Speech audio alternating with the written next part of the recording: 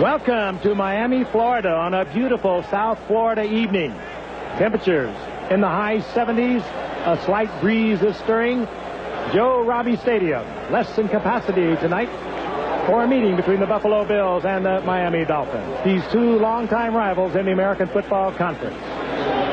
Hello again, everyone. I'm Frank Gifford, and welcome to our AFC Eastern Division battle tonight. It's the Buffalo Bills and the Miami Dolphins, and the Buffalo Bills being the best record in pro football into Joe Robbie Stadium tonight. They are 9-1.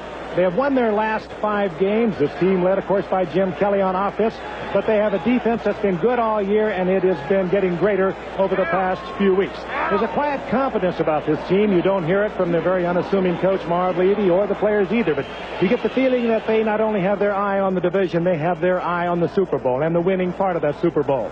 They take on the Miami Dolphins tonight. The Dolphins are 5-5. They have won 4 of their last 6, but they are an up-and-down team, a team in question. And tonight, when they take on the Buffalo Bills, they know that if they lose, that they will drop to 5-6, and they will have the 10th. There will be 10 teams in the AFC that are better than them, and that is going to hurt any chances they might have, or any thoughts they might have for entering the playoffs as a wild card, because their thoughts then, I think, will be starting to turn to the draft next year. What we really have, Al, is a team in Buffalo with an identity.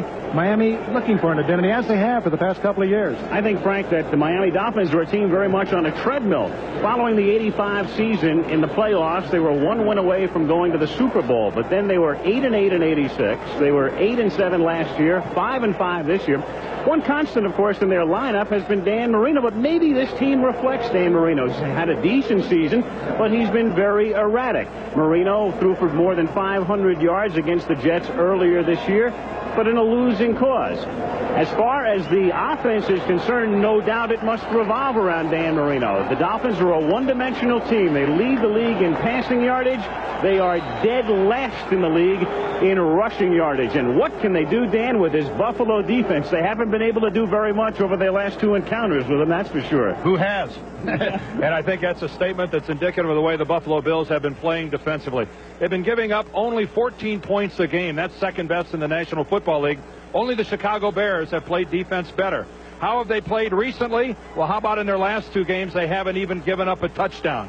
And if that's not bad enough news for the Miami Dolphins, the last 2 times the Dolphins played the Bills, 1 game earlier this year and then a game last year in November, both in Buffalo, the Miami Dolphins haven't scored any touchdowns against this Bill defense either. You know the names. I think tonight for Miami, it's quite simple. That is simply this: Dan Marino and his offensive team have to do something that no one has been doing lately with any regularity. That's get the football in the end zone. And the last time these 2 teams faced each other in September at Rich Stadium in Buffalo, the final score was 9-6 Bills in a game that featured no touchdowns. So Kelly awaits, and he'll be coming in a moment because Buffalo has won the toss and the Bills will receive.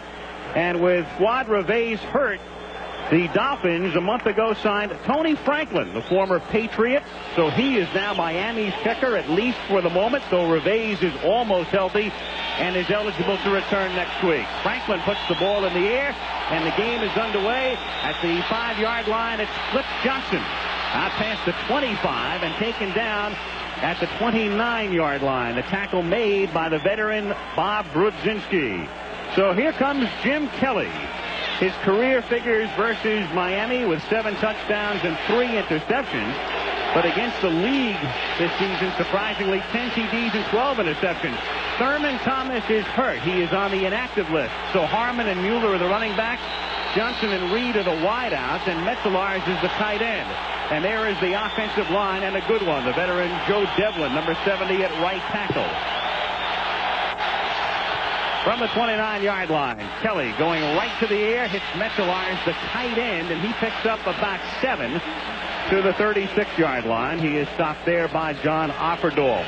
The Miami defense was doing a pretty decent job earlier in the season, but Shula has not been very happy of late. Turner and Soche are having good years. As far as their linebackers are concerned, they are minus Mark Brown tonight. They were hoping he could play. He suited up, couldn't. He is inactive. And there is the secondary. And Williams, Jarvis Williams, the second-round pick out of Florida, has done a fine job at free safety. 4 interceptions this season. Jamie Mueller, the fullback, barrels ahead for the first down. So the Bills keeping it on the ground. Rick Raff making the tackle, but again, keep in mind the good-looking rookie Thurman Thomas out of action tonight with a severely bruised shin. I don't think we'll have to wait long, Al and Dan, to find out what Buffalo wants to do. And they want to run the ball. They can recall, and they have won 3 times over Miami, but up in Buffalo last year in a 27-0 blowout, they just kept the ball all day long. Just running the ball. Miami never even fought. They'd like to do that again tonight. 1st and 10. Buffalo from the 41-yard line. That's Andre Reed in motion. Kelly protected well, far side, and it's caught at the 49-yard line by Reed, just short of the first down, and to the disgust of the crowd as well, who thought he was out of bounds, covered by Paul Langford. Haven't we been seeing a lot of, I guess, illustrious use of the sidelines by wide receivers this year? And I think we're going to see another example here of beautiful footwork on the sidelines. Both feet have to be in, and the ball really, when I first saw it go, I thought was going to be out of bounds, but what a fabulous play by Andre Reed, keeping both feet in bounds, concentrating on the ball and making the catch. Nuriev would have loved it. His 49th catch of the year. The crowd responds. They played it back on the big screen, and they didn't like the call. As Mueller takes it across the 50, and he's very close to the first down. He is stopped by number 98, Jackie Klein, in his 2nd year out of Alabama. Did Buffalo run that play in a hurry, or was that my imagination? I think they cranked that baby off in a hurry, trying to beat the replay if there was going to be one. But at least from that angle we looked at, it looked pretty obvious that Andre Reed had both feet in bounds. The crowd didn't like it, but that was superlative effort by Reed. Are we getting that so sophisticated now with the replay that they actually are doing that? Well, they are coached by a Phi Beta Kappa, Marv Levy, so he'd be the guy to do it. Let's look at it again. That's Andre Reed in front of Paul Langford, and you can see obvious that both feet are in bounds. That's as good as it gets. They measure for the first down,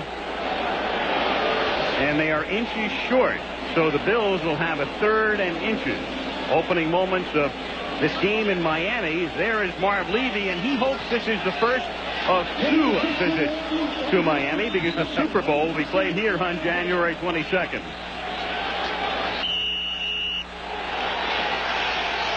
Third down, inches. Rob Riddick is their short yardage specialist, and that's he as the I-back in this set with Carl Byram, the fullback. And they give it to Riddick, and he really excels in these situations. He gets a first down, taking it to the 45-yard line. His rushing average is only 3.3, but don't let that fool you. About half the time he carries the ball, he gets a first down. You saw him cocked and ready to give you the patented Riddick dive over the line of scrimmage, but there was a huge gaping hole. You'll see him, he is just about ready to release it, but this was just a surge off the line by the Bills, and there he goes. He didn't even need to go up. He's carried the ball 52 times this year, and 26 carries have resulted in a first down. That's exactly the situation they love to use him in. At the 45-yard line, Kelly overthrowing the intended receiver, trying to hit Ronnie Harmon coming out of the backfield. It'll be 2nd down and 10. And Harmon was open on that play. That's a ball that just floated from Jim Kelly.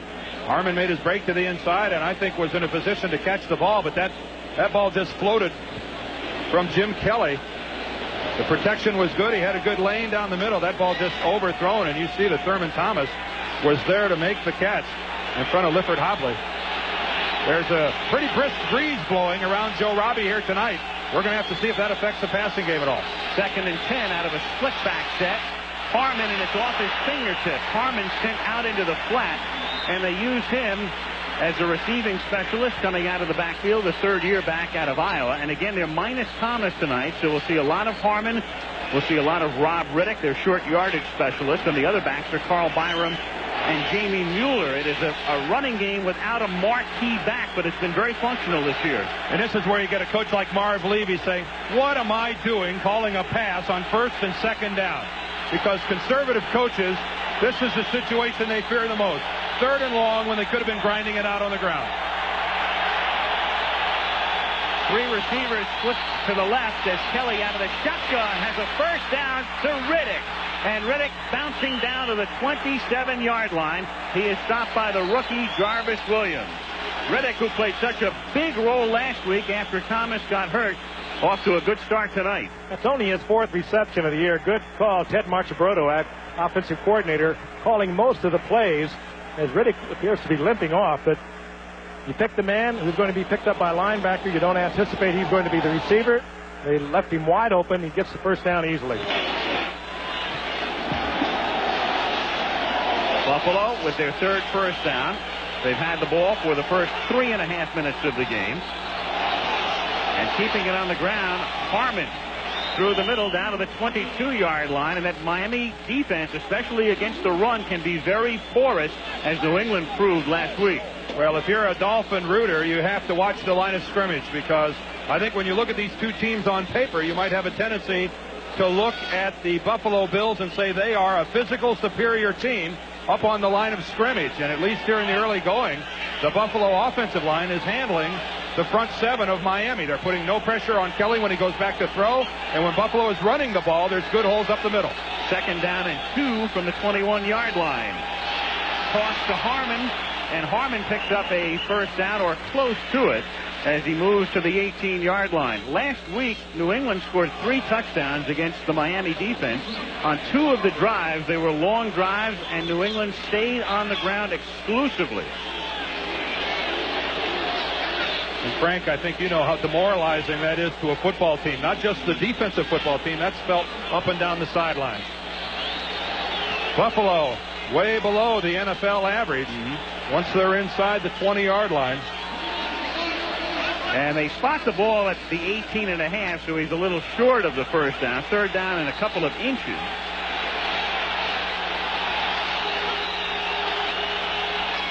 Buffalo 2 for 2 in third down situations, and you can make it 3 for 3 now as Rob Riddick gets the call. Carl Byram leads the way with a nice block. And that's the 4th successive first down for the Buffalo Bills. 2 third and short yardages, and thus far Miami not even close to stopping it. Here it is over the left side. Good block by Richard, pulling out from the left guard.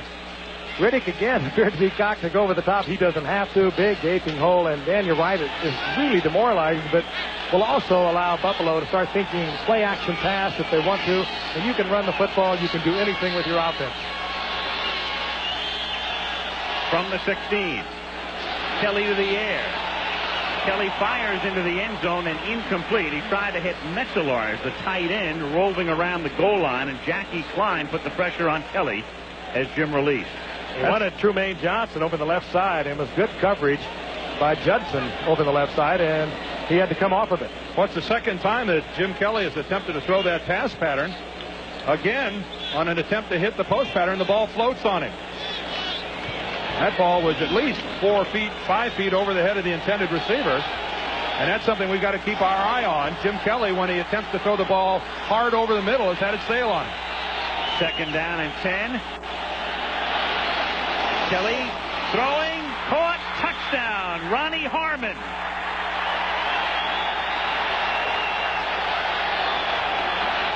That one didn't sail.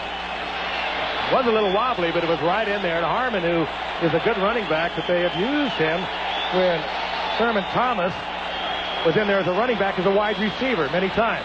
Good receiver out of the backfield. He works well also as a wide receiver, and he was set out to the left. Lippert Hobley was there, but well delivered by Jim Kelly. Really an unusual move by the Bills, putting Harmon all the way out there as a wideout. You'd think the advantage would be with Hobley, the defensive back, but he gave him all sorts of room to the inside.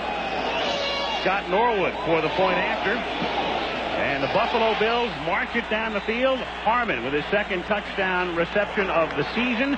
Buffalo controls the ball for the first 5 minutes, 46 seconds of the first quarter, and they lead Miami 7-0.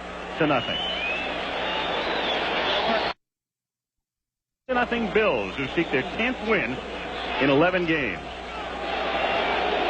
The Buffalo Bills trying to get to the playoffs.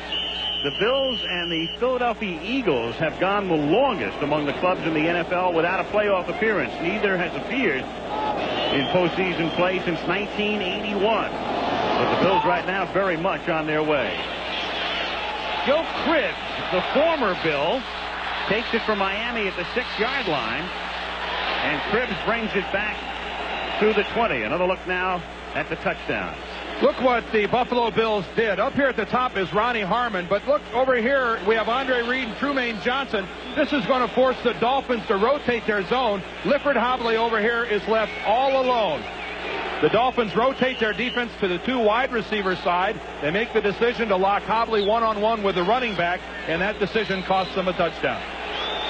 Ronnie Harmon following in the footsteps of Herschel Walker, I guess, who goes out and plays a little wide receiver. That time gets a touchdown grab. And yet it was a logical decision to make. Not good coverage. From the 20-yard line, Marino going right to the air. And why not hit Jim Jensen, who's coming off a game in which he caught 12 passes. Big favorite of the crowd here at Joe Robbie Stadium. A team record 12 receptions last Sunday. And he'll line up everywhere. Dan Marino, he hasn't been sacked in his last 290 pass attempts. That covers 6 games. He has not been sacked since September. And we'll take a look at the offense in a moment as the Dolphins line up at the 35-yard line, 1st and 10. The setback is Lorenzo Hampton. That's Jensen in the slot. And it's Hampton on the ground. And he moves forward to the 39 for a pickup of about 4. Troy Stratford has been bothered by a gimpy ankle, so he was on the inactive list last week. He and Hampton have been sharing a lot of time, but Lorenzo getting the call tonight. One of the things we're going to watch during the course of the evening is how are the Buffalo Bills going to pressure the Miami Dolphins. And I think we saw an answer that last time around. They're going to try to do it up the middle. They moved Bruce Smith, normally a defensive end, that time into nose guard, playing over Jeff Dellenbach, the center.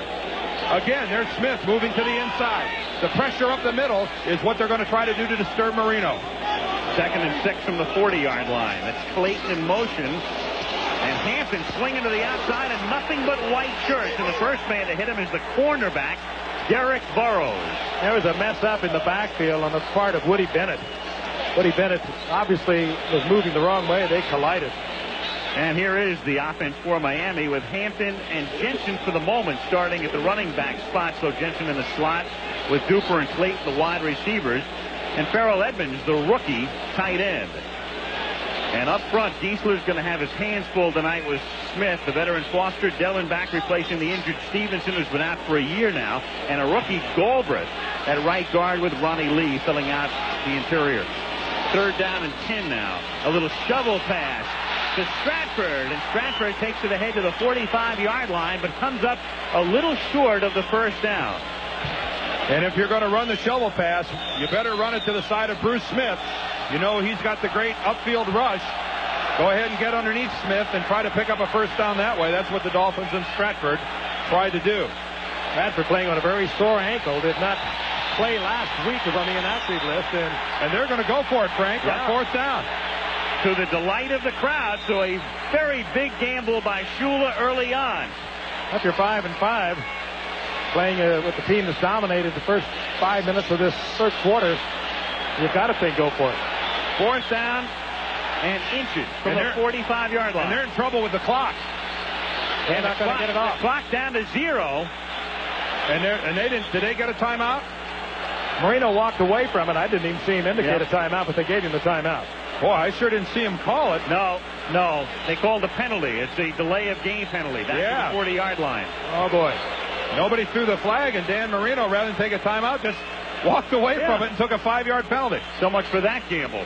Well, if you think about it, it didn't hurt a whole lot. It's what you would suspect they would have done anyway, brought out the punting unit. And it wasn't as if they were doing it to try to draw Buffalo offside either, because they set up late out of the huddle. Well, the problem was they brought in Mark Dennis, a reserve offensive lineman. He has to report to the official, and that whole process took about an extra 10 or 15 seconds. Now Reggie Roby to kick, flips Johnson to receive.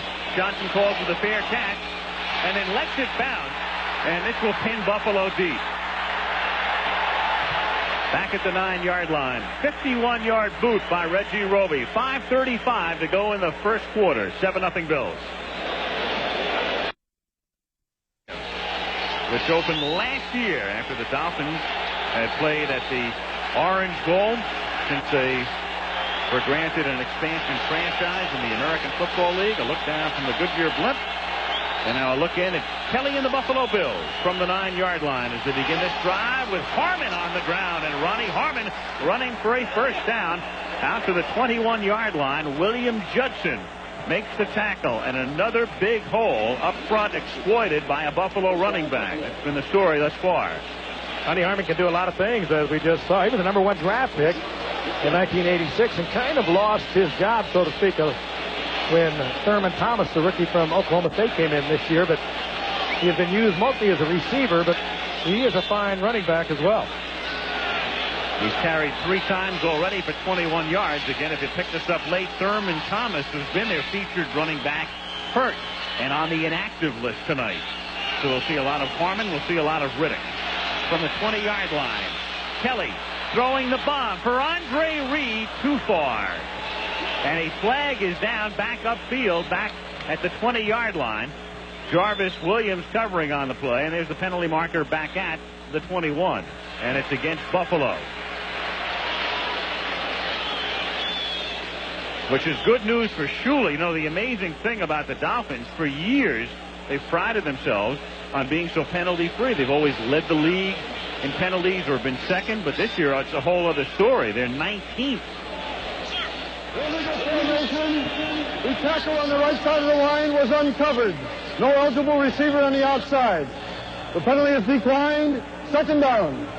So says Gordon McCarter. There must be 7 men on the line of scrimmage, and here's a look at the Miami Dolphins, and take a look at that, and their penalty yardage over 100 yards twice, averaging over 100 for their last 3 games. And if you follow this game closely, as Al said, that is not Don Shula's trademark. That is amazing. From the 21-yard line, it's Jamie Mueller on a 2nd and 10.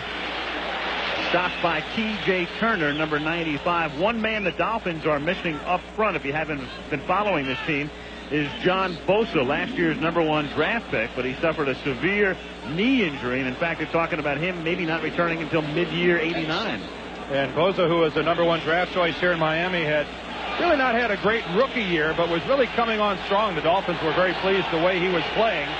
And this brings up a 3rd and long for Buffalo. Last time in this situation, they went to Riddick out of the backfield. 3rd down and 7 from the 24-yard line. And they shovel it to Riddick, so they go to him in essence out of the backfield, and a flag goes down. He was very close to a first down. They needed 7. He moved from the 24 to the 31. Call made by the umpire, who's Ben Montgomery, who relays it to McCarter. I don't know if this is against Vogler, but the flag hit him. Tim Vogler, the right guard. Unless the umpire had bad aim, you can count on it. One or the other. Number 65, offense. 10-yard penalty from the previous spot. Repeat 3rd down. And he was the man at the point of attack. Vogler pulled from his right guard position and makes the block.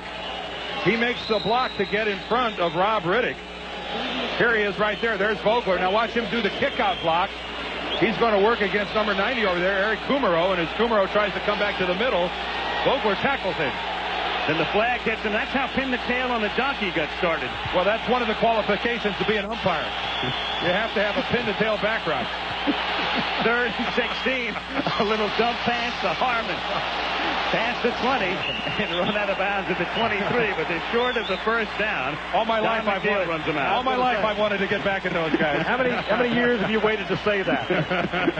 Well, you have to admit I'm patient. I picked my spot. That is embarrassing to be hit with that flag, isn't it? Oh, it's not, especially if it's aimed for someone else. So rare the offensive lineman gets recognition. I never held in my entire career, so I was always getting hit by flags that were being aimed someplace else. At Dobler. Yeah, he ate them. John Kidd, the kick, sets up at his own 10-yard line. Scott Swady to receive. He fields at the 35 and gets taken down immediately by Steve Tasker. Outstanding on the special teams.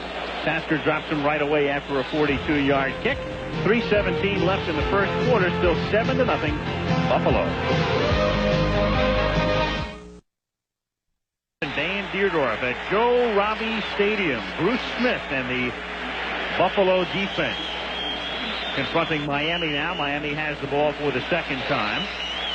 And they begin this drive at the 35-yard line. Buffalo took the opening kickoff and marched 71 yards for a touchdown.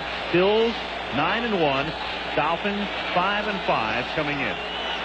1st and 10 from the 35. Lorenzo Hampton out to the 38-yard line. Hampton in his 4th year out of Florida. Ray Bentley, number 50, one of the inside backers, makes the tackle. You know, that's something about this Buffalo team. You're going to be calling names like Ray Bentley and Darryl Talley and Fred Still, Art Still rather, but a lot of people that are kind of getting lost in the Bruce Smith and Shane Conlon and Cornelius Bennett Derby. And what this guy, Marv Levy, has done is assembled, certainly, I think, a defensive football team that is on the border of reaching the level attained by maybe the 86 Giants and the 85 Bears. They're that good. 2nd and 6. The pressure put on that time, and the pass is incomplete. It may have hit one of his linemen, and the penalty marker goes down. So it hit Ronnie Lee right up the middle. Dan Marino with Smith breathing right into his face. Tried to get rid of the ball, hit Ronnie Lee, his tackle, with the football, and of course you can't do that. Smith again. Dan pointed out they had put him over the center. This time he's right in Marino's face. Look at there. You have to get rid of the ball. Hits Ronnie Lee, his offensive tackle, and that draws the flag. And I think, watch this again. Watch Smith go right around Jeff Dellenbach, the center. And I think you see one thing. This is why Dan Marino hasn't been sacked in the last 6 games. This guy will dump the football. He is not going to eat it. And an offensive lineman loves to play for a quarterback like that. And you combine that with the way he can read also. He reads defenses about as well as any quarterback around. And, of course, they set an offense for him to get rid of it quickly. But you're right, he will get rid of it. Meanwhile, all it was an incomplete pass, as it turns out, a loss of down. And it's 3rd and 6 at the 39-yard line. They picked the flag up. And Bruce Smith has to be saying to himself, if I can't sack this guy coming through that clean, am I ever going to get him? Smith lines up at right end. Marino out of the shotgun. And Smith couldn't wait to jump as Marino fires over the middle, and the catch is made at the 41 of Buffalo by Freddie Banks. And Smith came flying across the line, but there's no flag. It doesn't matter to the Dolphins anyway. They'll take the play. And I think he moved right on the ball. I think that was just good anticipation on the part of Bruce Smith. And obviously that's what the official thought as well. You see who's trying to block him? Troy Stratford. Well, they dropped John Geezer out to help. They were trying to get 2 on him, but he's just too quick for it. It's amazing, though, when you looked at it live, it appeared everybody else was in a freeze frame, and there went Bruce. Boy, did the Dolphins need that. 6'4" and 285, and can he move it? And there he is on the center again. 1st and 10, Miami from the 41-yard line. Marino checks it off. After a 20-yard pickup. And it's incomplete. Fred Merlis tipping it. And again, it's Dan Marino being forced to throw without setting his feet. He's falling backwards, throwing off his heels. A look at it here as Dan Marino never gets the opportunity to set, falling backwards, and Fred Smerlas gets his hand on the ball. And somehow, some way, the Dolphins up front, Foster, Dellenbach, and Galbraith, the middle 3 are going to have to control this runaway Bill defensive charge. As Dan Marino can't count on being successful facing that kind of a rush all night long. 2nd down and 10 from the 40-yard line.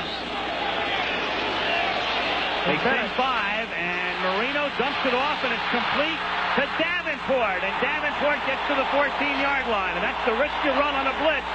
It opens up the middle. Davenport exploits it. 1st down, Miami.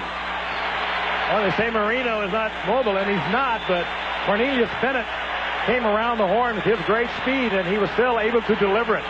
Watch the blitz up the middle. Number 58, Shane Conlon's going to come from the left. A looping charge in the middle, and Davenport had just come out of the backfield from the right side. And that is the risk you run. Ray Bentley was trying to make the coverage, number 50 there, but as you can see, he was woefully behind the play. And can there be a better quarterback in the game than Marino in getting rid of the ball in that situation? 1st down, Miami at the 14 in the final minute of the quarter. Hampton to the outside, and nothing there. Wrapped up by Leonard Smith, who started the season with the Cardinals, then came over in week 3, and does he ever hit? Plays safety like a linebacker. I know you know him well. from the years with the St. Louis Cardinals, Dan, but he will play it like a linebacker. They had to have a safety, and the Cardinals needed a cornerback, and it was a pretty good deal for both of them. And how about the range displayed there by Bruce Smith, getting all the way out from down over the offensive guard, getting out there and making a play with a strong safety. We don't want to, I guess, canonize this football team, but defensively, boy, is Buffalo loaded. That's a nightmare when you get hit by the firm of Smith and Smith. Buffalo jumps collectively. Flag goes down, and the pass is dropped by Mark Duper. But the Bills, almost as a unit, appear to come across the line. When they jump collectively like that, something is making them jump, Dan. It's either the bark of Dan Marino, there's movement somewhere. You can almost see it, the way Marino barked that signal that brought them off. Here's the option now being discussed. McCarter to Marino. Marv Levy, meanwhile, checking things out from the Buffalo sideline, and one of the more famous countenances in American sport. Could be on Mount Rushmore. Yep. Meanwhile, as they sort it out, the teams come back up the field at the end of the quarter. Number 76 defense was offside. The penalty will be assessed after the change of quarter. The offense had the option of having an untimed down at this end of the field. They chose to have the penalty enforced at the other end to start the second quarter. It'll be second down. All right. Well put. It'll be 2nd and 8 at the 12 when we start the second quarter. Back after this message and a word from your local station.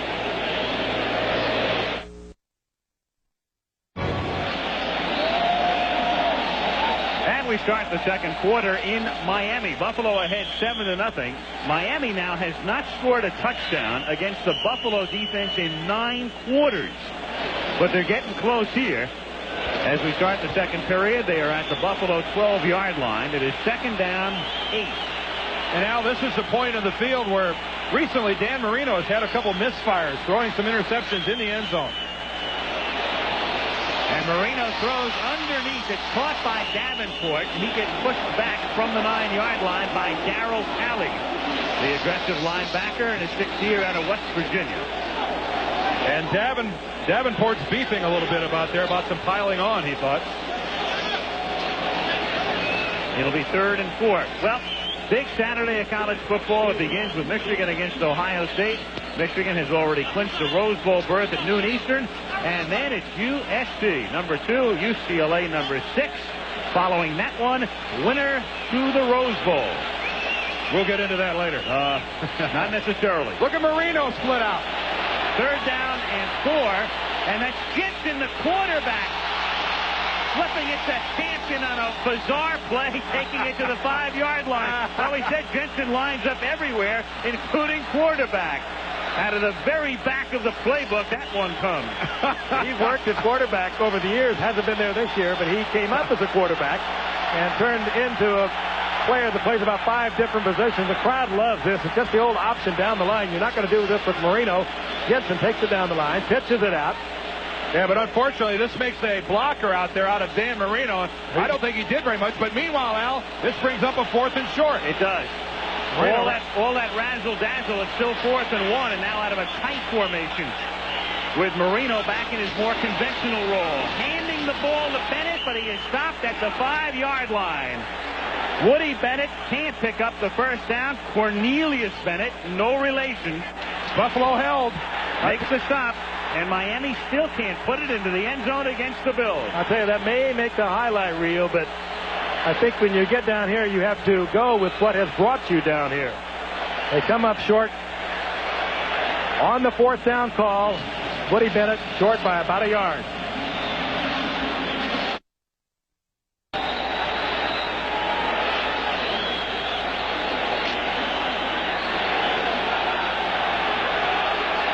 So Dan Marino going over that 4th down call with Don Shula. They come up empty to the Dolphins. Bills take over from the 5-yard line, and Rob Riddick goes through the middle, gives them some breathing room, takes it out to the 11. When the Dolphins didn't convert, I want you to look at this guy right here. Art Still working against Ronnie Lee, the right tackle. Look how he collapses him inside and then makes the tackle himself. Art Still, the former Chief, comes off the ball, collapses number 72, Ronnie Lee, and then on his knees gets in on the tackle of Woody Bennett. That is just single-handedly a superb play by this two-time Pro Bowler, Art Still. Four-time Pro Bowler. He might have been the last addition that made this defense gel. Man who wore out his welcome in Kansas City and a new home in Buffalo. Mueller to the outside, and he takes Lankford with him for another couple of yards after he picks up the first down. Rob Riddick led the way with a beautiful block and a first down out at the 21-yard line. I still have to go back to that option play. Miami takes the ball right down the field. They have everything working for them. They get down, and then on a third down, come in with an option play with Jensen at quarterback. And Marino really a blocker at the point of attack. Well, you know, there's been a lot of talk here in Miami about the play calling and the play selection. We may see a situation there where everyone may deny that they called that play. From the 21-yard line, 1st and 10 Buffalo. That's Mueller going in motion, and Riddick is the ball carrier. And Riddick dropped the ball, but after his knee was down, he picks up 5, takes it out to the 26-yard line. And it's 2nd down.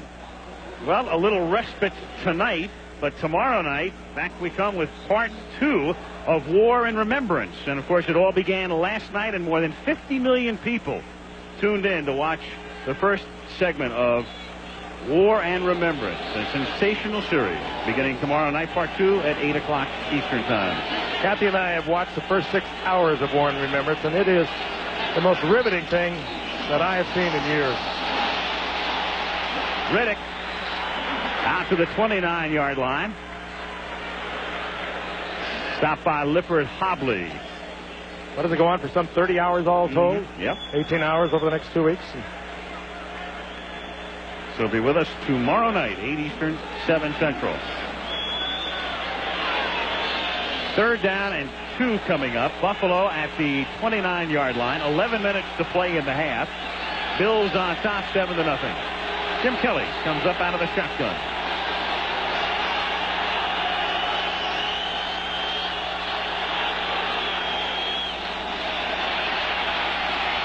With protection, hits his man Andre Reed. A first down and a lot more, and Reed goes out of bounds. A flag was dropped at the 48-yard line, indicating he had gone out of bounds at that point. Pushed out by Paul Lankford. And again, the Miami Dolphins, who came with 5 people, couldn't get anywhere near Jim Kelly. Andre Reed caught 8 passes in the first game, the first 9-6 win of Buffalo over Miami, and just a simple crossing pattern. Kelly with all the time as Reed comes all the way across the middle. Will be picked up. And then he just turns it on and runs away from Paul Lankford. And he does not go out of bounds until he gets down inside the 45-yard line. It takes a lot of time to run a crossing pattern, and Kelly had it provided courtesy of his offensive line. Goodyear Blimp Enterprise from Pompano Beach, piloted by Jim Maloney. Looking down into Joe Robbie Stadium. Buffalo with a first down at the 43 of the Miami Dolphins after a 28-yard pickup. Reed and Chris Burkett both split to the right. Again, Burkett has not played in 4 weeks. A T at the top of the screen. He's been out with a knee injury as Kelly throws, and it's caught by Reed, and Reed fights his way for a first down to the 33-yard line. An emerging star, Andre Reed, in his 4th year at a Kutztown State. What a beautiful move he made. Kelly, first of all, with the halfback blitz coming right in his face, was able to get the ball to him some way. It was William Judson coming in, and here is Reed. Now watch the move he'll put on Jarvis Williams. Williams, a good tackler, the rookie out of Florida, just slips right under the arm and keeps his balance and gets the first down. But a great effort by Kelly just to get that off. First and 10, Buffalo at the 33. Bills on top, 7-0. It's dropped by Harmon. 2nd down.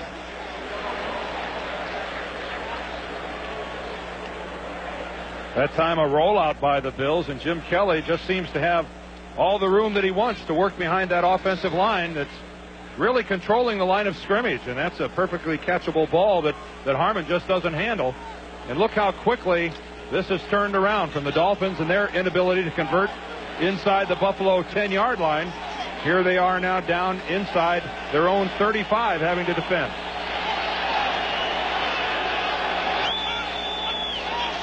On 2nd and 10, Kelly to the air again, going deep and too deep, intended for Trumaine Johnson. And it will be 3rd down and 10. By the way, mentioned Andre Reed at a Kutztown State. Before you start writing in, it's Kutztown University. Don't I know it? Yeah, right. Remember how we talked last time about where Kutztown University was? It's located in Pennsylvania, because I got a nice little pamphlet from their athletic department. Postage due was $23, right? We appreciated the publicity, but in case you were wondering exactly where we are, here it is. Put us in the right state. Yeah, it was nice to get some nice men. 3rd down and 10 at the 33. Kelly from the gun throws to the far side, and the catch is made at the 21-yard line by Chris Burkett. And the man who's been hurt, the man who was not on injured reserve, though he could have been. He's missed 4 weeks, and finally he comes back tonight. Yeah, but how about Kelly once again? He stayed in there. He is so confident. But more than that, he's one of the gutsiest guys you're going to find. Here is Burkett making the move. Gets to the sideline against Rodney Thomas. But meanwhile, Kelly knows he is going to get popped by Kumaro. Kumaro loops all the way around the middle, Frank, and comes up and has a clean shot at Kelly. One of the few times that Miami has really pressured Kelly. That's mental toughness. Squared. This drive started back at the 5-yard line. Riddick goes nowhere on a 1st down play. 8:45 to go in the half. Buffalo on top 7-0. Don Shula, and as Frank mentioned at the top, a vitally important game for this team. They're thinking about a wild card possibility. Buffalo would have to totally collapse not to win the AFC East. And the Dolphins and several other teams in contention for the wild card spots at the moment. Don talking to Tom Olivadotti, his defensive coordinator, trying to come up with a little magic here. 2nd and 9 from the 20. And a little magic is almost a pass interference, but there's no flag. We'll call that sleight of hand. Yeah, Lifford Hobley grabbing on to Ronnie Harmon, and Levy wants to know where the flag is. Yeah, they could just as well have dropped one if they wanted to. Again, a good read by Kelly, as it was Ronnie Harmon who was flanked out to the right. Now he's going to get single coverage. Keep in mind he's a back put out as a flanker, and could have called it. Well, it's certainly in the area that could have drawn a flag. Yeah, I guess so. Looked like a long way into the area where it could have drawn a flag. 3rd down and 9 now, with Trumaine Johnson and Reed split to the left. Burkett and Harmon to the right. Out of the shotgun. Kelly with a deep drop. Riddick is wide open. And Riddick drops the football but recovers it at the 13-yard line. And that fumble may have cost him a 1st down. They had to get to the 11 and a half.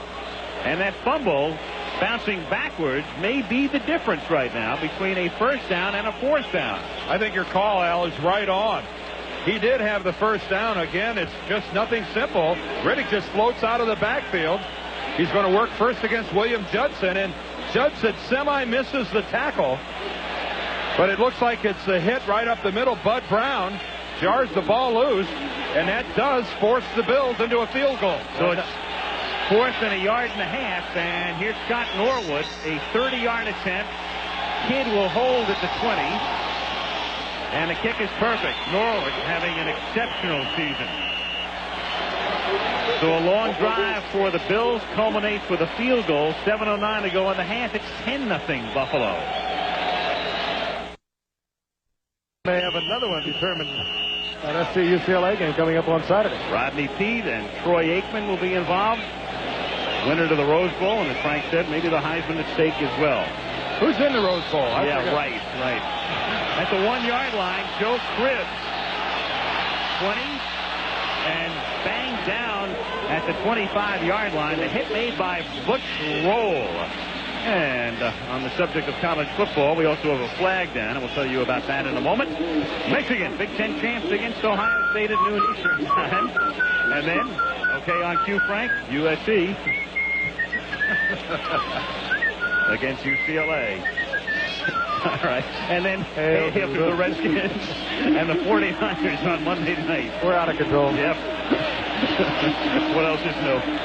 Washington and San Francisco on Monday Night Football next week. Both teams 6-5 and on the edge as they fight for playoff berth. You have to admit it's not a bad Saturday afternoon worth of football, huh?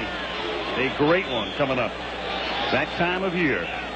Meanwhile, the penalty on the kickoff was against Miami, negating much of the run back and putting the ball back to the 9-yard line where they start this drive down by a score of 10-0. First and 10 as Lorenzo Hampton, nice spin move and about a 9.5-yard pickup. Mark Kelso and Nate Odom converge on the tackle, what appears to be just a little bit short of the first down. That was made possible. Big block on the left side by John Giesler, who's been having to spend part of his afternoon working against Bruce Smith. But watch Giesler, number 79 at the left. He's working against Darryl Talley, the outside linebacker. Drives him all the way to the outside. And Hampton read that and then breaks a tackle, spins. And this is a kind of an effort sometimes by a running back. We saw that time by Hampton, and sometimes can spark a team, get them going a little bit. The Dolphins look like they're on the verge of falling asleep. Second and inches, and Marino will take what amounts to a free play and throw it and completes it to Duper for a first down out at the 31-yard line. Duper's numbers are decent this year, but he's really not having a Mark Duper-like season. Clayton's having a terrific year, but not so for Duper. And he's shaken up as well here.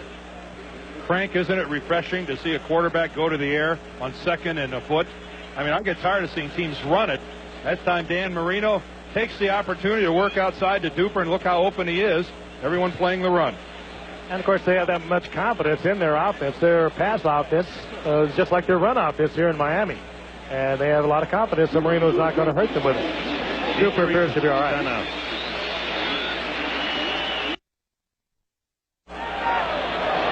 We're back in Miami. Al Michaels, Frank Gifford, and Dan Deerdorf as the Miami Dolphins have the ball at their own 31-yard line, moving against this incredibly tough Buffalo defense, and that's the only way to describe it. They've not given up a touchdown in almost 2.5 games over the last 2.5 weeks, and in fact 2.5 games against Miami going back to last year as well from the 31-yard line. Hampton for a gain of 5 as he takes it out to the 36. You know, they also come into tonight with 35 sacks on the year. Now that's one more than they had in all of last season. And again, I think a lot of it is Art Still's acquisition. He was the final nails in a real solid defense. Now that really indicates what they've done in passing yardage. It's the first time in 11 years an NFL team has held its opponents below 75 yards passing in each of 3 consecutive games. They shut the Packers out. Last week they gave up just a field goal to the Seahawks. And the week before, only 47 yards to Flutie. On 2nd and 5, over the middle, Woody Bennett makes the catch. He doesn't do that very often. And a first down out to the 48-yard line. So they go to Woody Bennett, who makes only his 2nd catch of the season.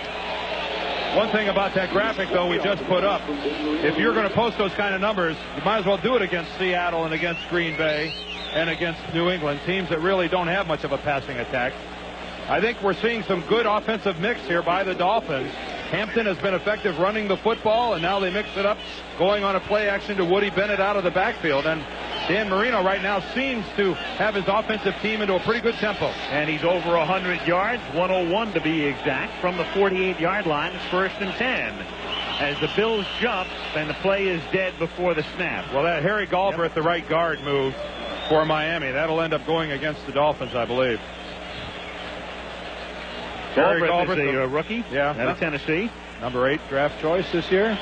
Dolphins with a good draft. They've kept 9 of their draftees. False start, number 62 offense. 5-yard penalty. It is. Still first down. When you keep 9, it's either a good draft or you're looking to clean house, one or the other.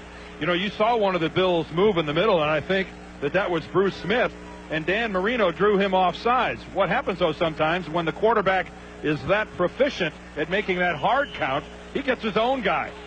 And Harry Galbraith that time moved exactly the same time Bruce Smith did. Dan Marino, in essence, scared his own lineman. 1st and 15 now from the 43. Buffalo leading 10-0. 3:51 to play in the half. Jensen in motion. And on 1st and 15, Jensen makes the catch, takes it into Buffalo territory, gets it to the 48-yard line. He's tackled by Ray Bentley. Jim Crash Jensen, who before the game with the Jets here about a month ago, prior to the start of the game, went up to Nerea Reed, one of the Miami Dolphin cheerleaders, proposed, gave her an engagement ring. And what could she do? I mean, he was down on what, one knee pad when he asked her if she'd get married, and she said, of course. At his career game last week with those 12 receptions, and you saw him a moment ago. He came in motion. He set up as though he was going to block, took a little delay, and on his birthday, cut it back across the middle and picked up good yardage. They do a lot of things. He's almost like a tight end. The guy's 6'4", 220. Pretty doggone big wide receiver. 2nd and 6. And through the middle goes Ron Davenport to the 38-yard line for a first down. They are on this drive. And believe me, an offensive lineman would much rather block for the run than have to pass protect. 1st and 10 from the 37-yard line. Out of the shotgun, Marino throws over the middle. A flag goes down. The catch is made at the 20-yard line by Mark Clayton, but we'll see about the flag back at the 36. And it's against the defense, against Buffalo. Now McCarter wants to know, was the catch made at the 20? The answer is yes, and that's where the ball will be put. Number 29 on the defense. The penalty is declined. First down. Derek Burrows with the hold. But that's academic as they take the play and a first down at the 20. And you know, we've talked about Leonard Smith and how he'll put the stamp on you. That time Mark Clayton down on the ground and Leonard Smith comes flying in.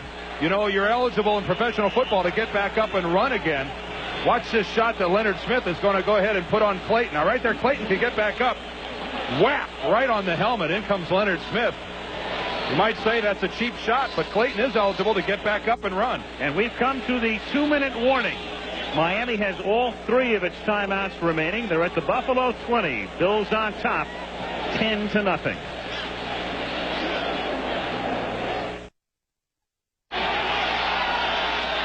At the 1-yard line, flips Johnson. Pursued to the outside and taken down at the 15. And chasing him down was Tony Furjanic. Bills have all of their timeouts remaining. They lead by 4 points with 1:30 to play in the first half.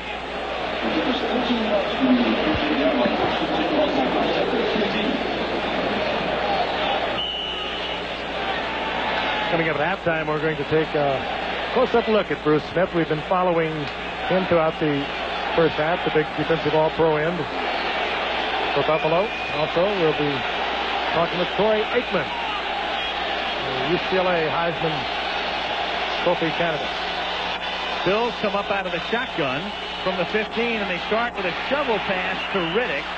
And Riddick gains only a couple. It's now 2nd down and 8. So now if you're the Bills,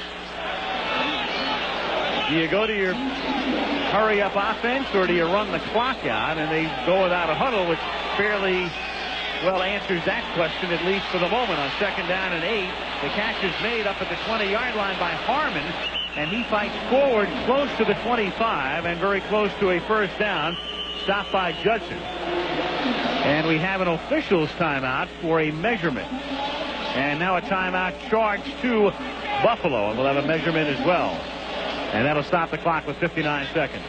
When Harmon first caught that ball, it looked like he was going to make his move towards the sidelines and attempt to get out of bounds, but instead he stayed inbounds and didn't quite get the first down. But when he first caught the ball, I thought he was going to make his break right there to the sideline, but instead he stays inbounds, and this was really after the fact. That was a good job by William Judson of grabbing hold of Harmon, but actually he had the decision about another 3 or 4 yards back upfield. They bring the sticks out.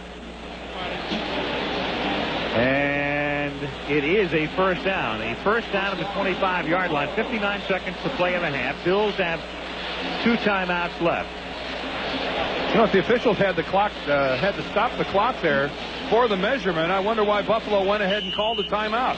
The clock was going to stop anyway. It was certainly close enough for the measurement, and measure they did. I think Buffalo wasted a timeout. Well, it would have stopped momentarily. Well, long enough to bring the chains all the way out. Sure. That takes a good 30, 45 seconds. At the 25-yard line, Kelly for Burkett, and he makes the catch at the 48-yard line. A great catch. He stays in bounds, so the clock keeps rolling. Jarvis Williams makes the tackle. Hurry up offense. They've called the next play already. But Dan made a good point. They may have squandered a timeout unnecessarily. And what a throw here by Jim Kelly. Burkett back from having missed 4 weeks with the bad knee. Now Kelly hits Harmon. Harmon tries to get out of bounds and does. At the 47-yard line, that stops the clock with 29 seconds. William Judson covering on the play. And keep in mind, the Bills have a very good place kicker in Scott Norwood. His best of the year, 49 yards. His career best is 49 yards. Yeah, he's the kind of a guy that's deadly from 40 on in. There's a look at Norwood, but he's not a big kicker. No, he's not the strong-legged guy that might remind you of a Nick Lowry or someone like that, somebody that might dent the scoreboard from 53, 54, 55 yards. Norwood's not going to give it to you from there. 2nd and 5 from the 47. Kelly and Riddick have fallen down. He was covered by the outside linebacker Rick Graff, but he went down on the grass, and it's 3rd down and 5 with 24 seconds left in the half. Actually, Graff and Riddick kind of collided inadvertently, and they tangled their feet up, and Riddick was the guy who went down. Kelly just makes his reaction off when he expects Riddick to break, goes ahead and throws the football in a timing pattern all the way, and has no idea that when the ball gets there, Riddick's flat on the ground. 3rd and 5, Buffalo at the Miami 47. 24 seconds to play in the half.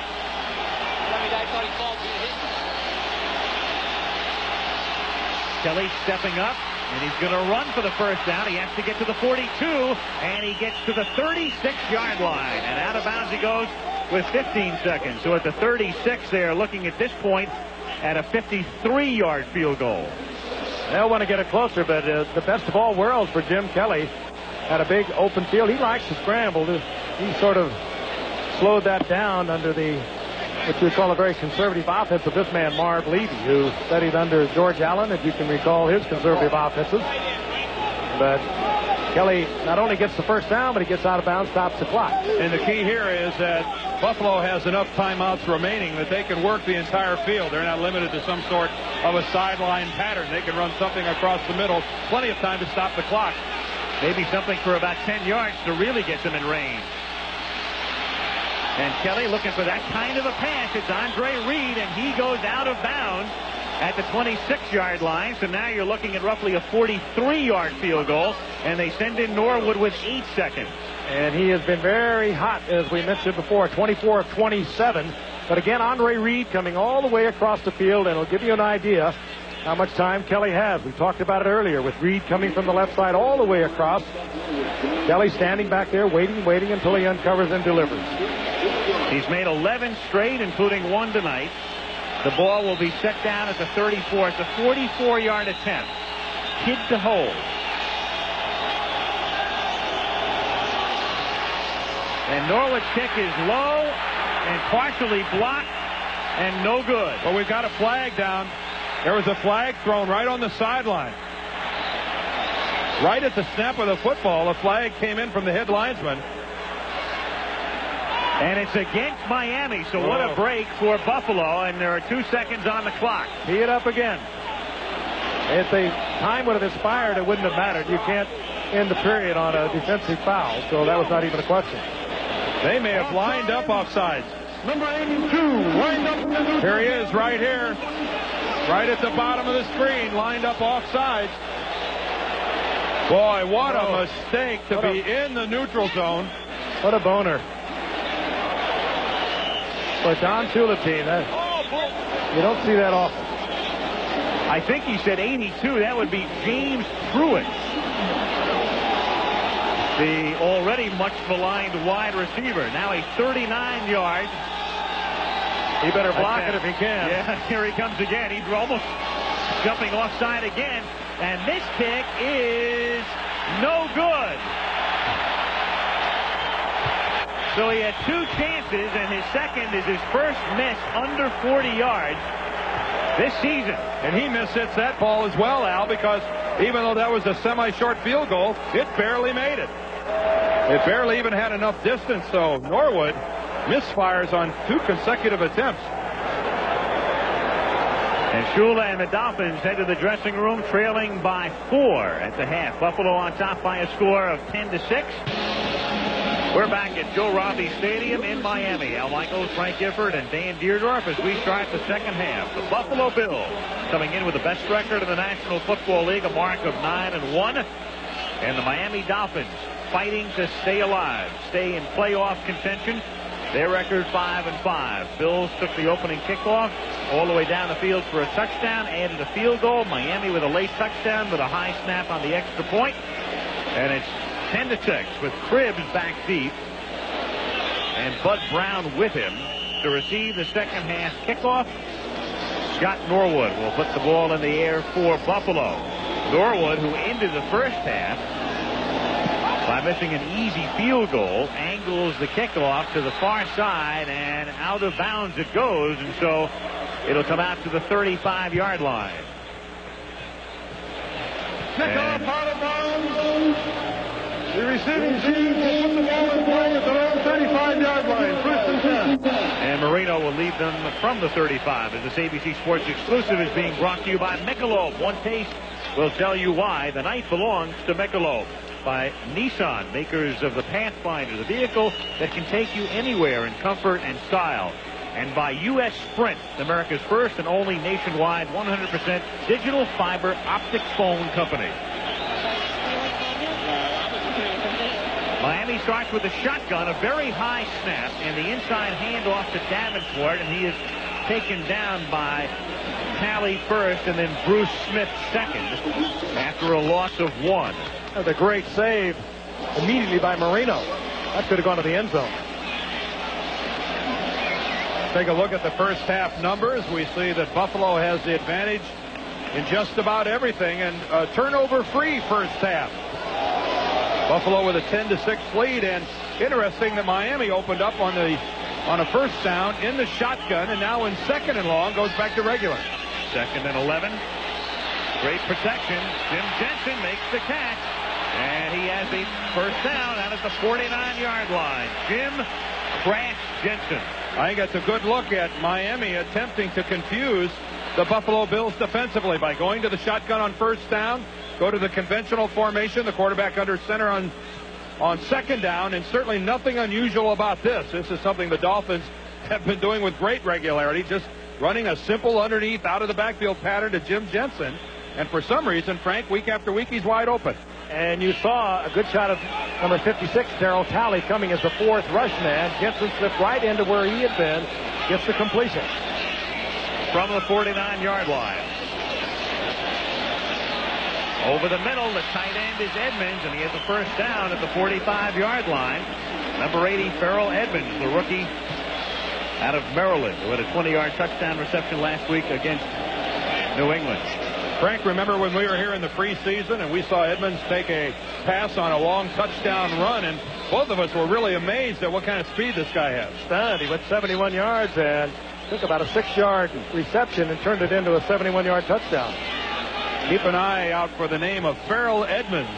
This guy could develop into one of the game's great tight ends. Got him in the third round also. Second down for Miami at the Buffalo 45, and Marino, after coming up under center, back in the gun. Steps up in the pocket, fires over the middle, and complete, and a flag goes down. Edmonds was... Well, Leonard Smith thinks this is going to be offensive. Yeah, he was interference. The play. And I think that's what it's going to be. Pass interference, number 80, offense. And that's Edmonds. You told us to remember the name Farrell Edmonds, and McCarter does. He just trampled Leonard Smith, the strong safety. Smith just positioned himself in front of him, the good old pro that he is. And Farrell Edmonds, well, he thought that was a good thing to do. Talk about giving up your body. Penalty accepted. 10 yards, repeat, second down. So they go from 2nd and 4 to 2nd and 14 now. Take a look at it. It's man for man on the part of Leonard Smith against Farrell Edmonds. Smith just lined up in front of him, set himself up, and as Edmonds came out of the break, he gave Smith a tremendous shove. 2nd and 14 from the Dolphin 45. Little dump off, and the catch made by Hampton. And he's buried out at the 49-yard line. They're back to about the original line of scrimmage. It'll be 3rd and 10. And again, Marino gets off a pass without a sack. The Dolphins came into the game without being sacked in 6 consecutive games. A look at Smith putting the pressure on here. It's not through lack of effort by Bruce Smith and his folks up front. Their entire defensive philosophy: penetrate, penetrate, penetrate. Disrupt the flow. Run into a pulling guard. Make a back go deeper on his route. That's the entire philosophy of the Bills defense. Make the game be played at least 2 yards in your opponent's backfield.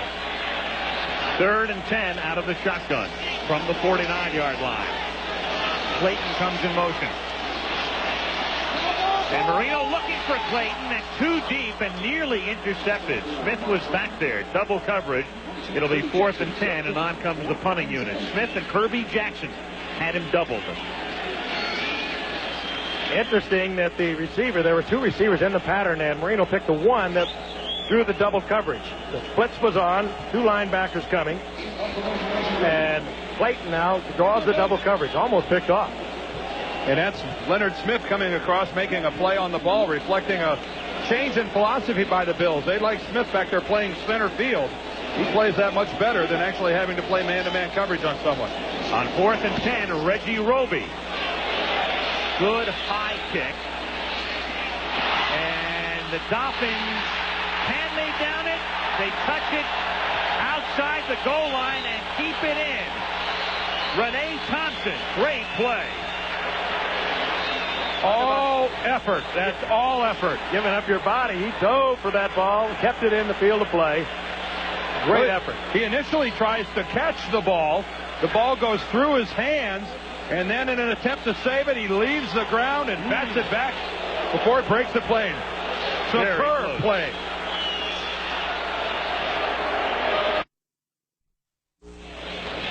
Well, that superb play is now a quasi-superb play because one official has overruled the other while we were away. Instead of it being down at the 1, the ruling is the punt did cross the plane of the goal line, but now they're reviewing it as well upstairs. And they had brought the ball out to the 20, but they are looking at what you are looking at now to determine whether or not the ball crossed the plane of the goal line for a touchback. Thompson almost caught the ball. And you saw the effort, great effort. We talked about the diving attempt by Thompson to keep it in the field of play. And now the conference wants the officials. Chuck Eberling is the replay official. You saw him in the booth. The disagreement was between the 2 officials who were right on top of the play. One of them ran in and put his foot down and actually marked the ball at the 1-foot line. And then the second official on the scene confers and they overrule it, but now it's upstairs.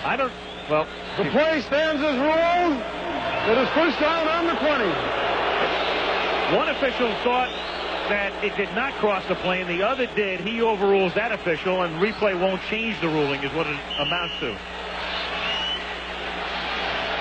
You can see the field judge comes in as if it was not a touchback. Well, it was still a 9-9 effort. Style points.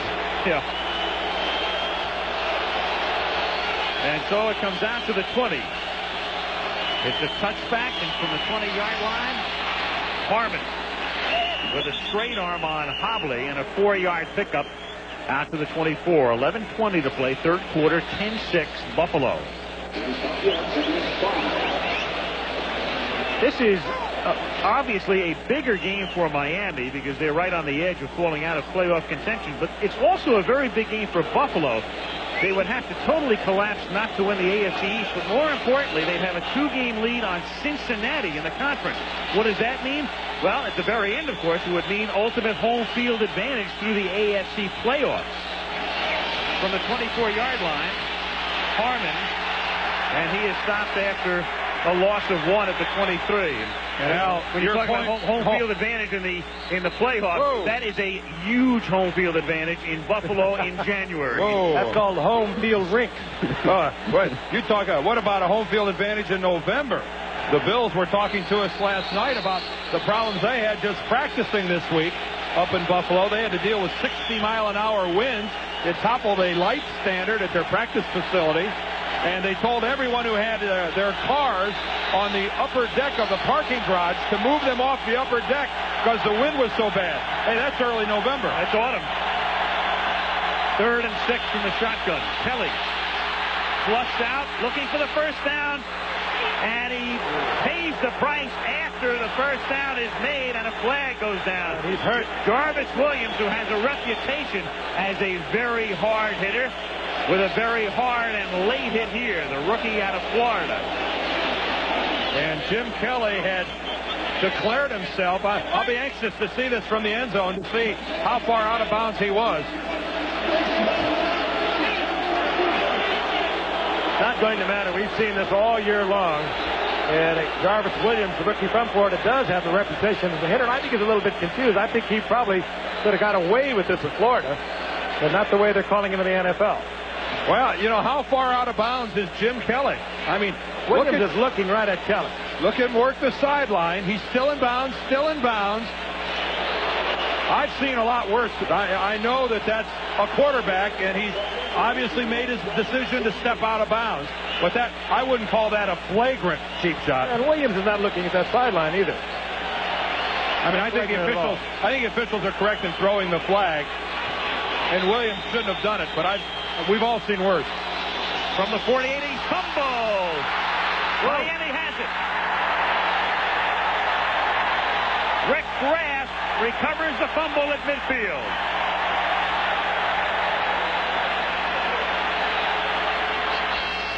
Jim Kelly was trying to get the ball to Jamie Mueller, the fullback. And there's a flag from the line judge.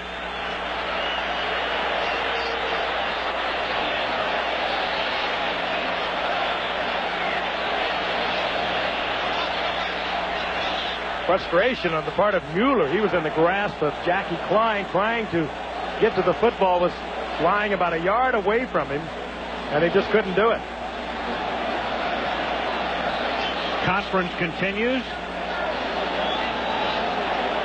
Kelly was a long way away from Mueller when he tried to get him the football. Somebody's path was incorrect.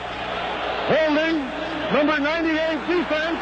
During the fumble, he tackled a man, would not let him make his opportunity to recover the football. 5-yard penalty, automatic first down. Klein tackles Mueller. That's exactly what the ruling is. Oh, man. The frustration I was talking about, and then he holds him as he tries to go for the ball. Now, watch as Mueller never did control the ball, bounces off the pad.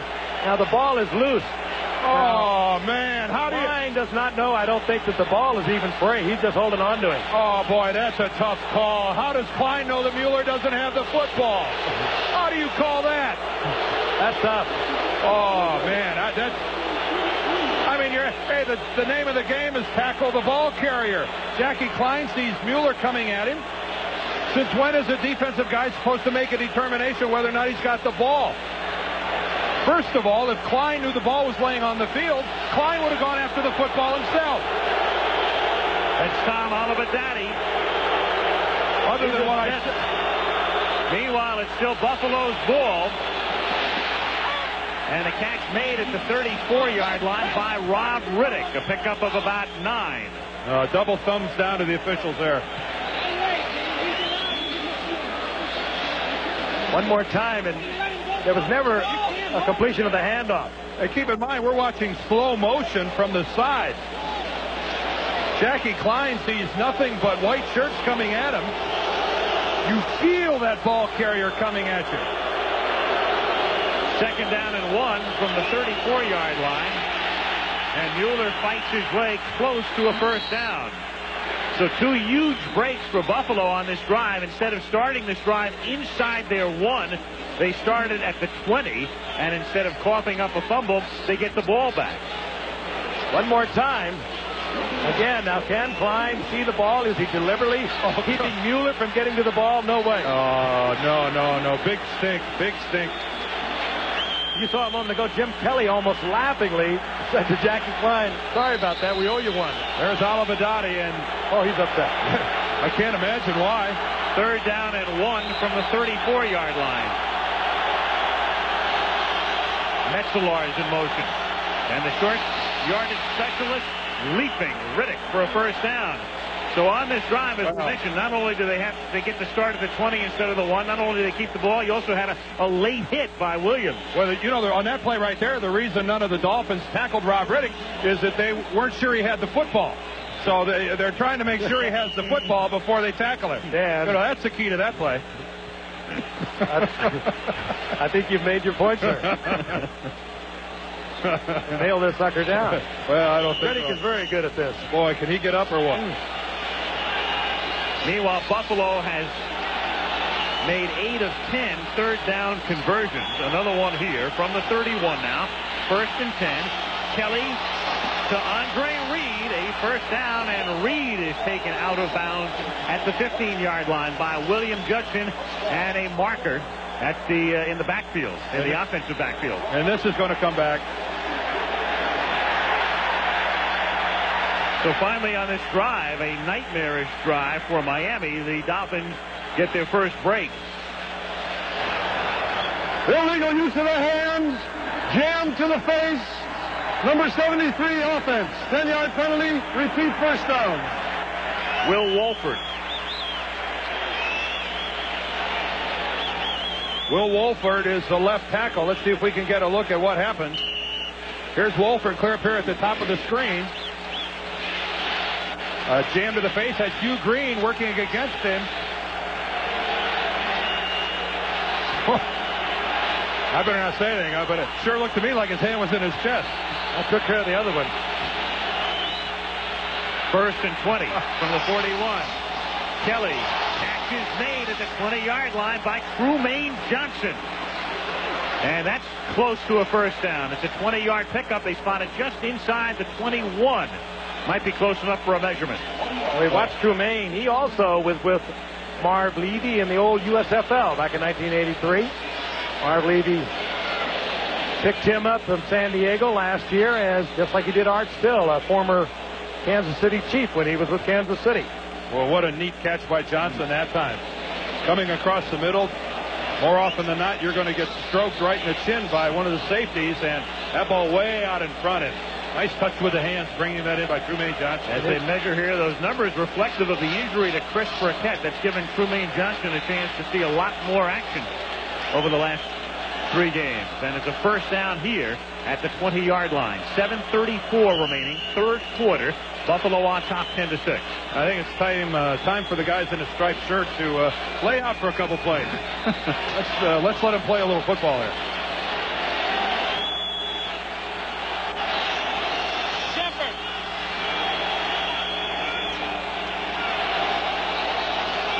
Reed in motion. 1st and 10. Harmon. And Harmon having a good night. Takes it to the 10. Again, if you tuned in late, Thurman Thomas injured. He's been their featured running back this year. Thus, we've seen a lot of Harmon and Riddick tonight, with Thurman Thomas on the inactive list. And again, no marquee backs in this Buffalo running game, but this running game has held them in good stead all season long. Harmon just doing what he did a year ago. Good runner, good receiver. And when Thurman Thomas came in, the rookie 2nd-round pick from Oklahoma State, well, Ronnie Harmon had to take sort of a subordinated role. And he's getting a chance to really show tonight with Thomas injured. 1st and 10 just outside the 10. Riddick swings to the outside, and Riddick, who has a nose to the end zone, is stopped at the 3-yard line. He is their short yardage specialist. They love to give him the football when they get down deep into enemy territory. Riddick this season has rushed for 6 touchdowns, received 1 as well, and run back a fumble for a score. Big day last week when Thurman Thomas went out. They brought in Rob Riddick, and he went for 75 yards on 18 carries. Had not played that much other than short yardage. How about those two names that he's facing there? Cookie Gilchrist and O.J. Simpson. Not a bad pair of 32s. 2nd and 3 from just outside the 3, and the first carry of the night for Carl Byram as they try to cross him up, and he gets inside the 1. He's a good blocking fullback out of Mississippi Valley State. Carry number 1 for him.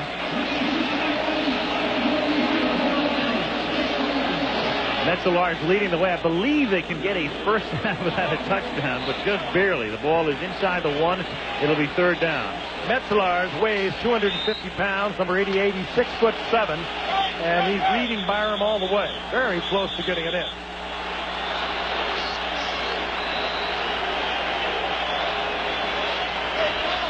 Moving the ball over to be exactly on the hash mark.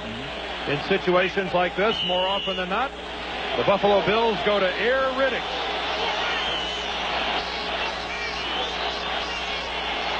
Air Riddick is number 40. And he follows Byram. Gets hit, but he's in. John Offerdahl was the man who hit him, but he only needed a few inches, and in he goes. So his 7th rushing touchdown, and he's in the books along with Simpson and Gilchrist. Well, you can't blame John Offerdahl. His job is to get over the top of the line of scrimmage and make contact with the ball carrier on their side of the goal line. Offerdahl did it, but this ought to give us a good look. Watch Offerdahl come over the top. He smacks Riddick, but really, John gets no help whatsoever. Riddick is able to slide off and then fall into the end zone. He was anticipating the leap by Riddick, and Riddick kept it on the ground. Half the gang tackle on the goal line. That time it was John Offerdahl all by himself. A big break keeps the drive alive. And Buffalo capitalizes by going 80 yards. Kid holds. Norwood's extra point is good, and the Bills go down the field, and with 5:33 to play in the 3rd quarter in Miami, Buffalo now leads the Dolphins 17-6.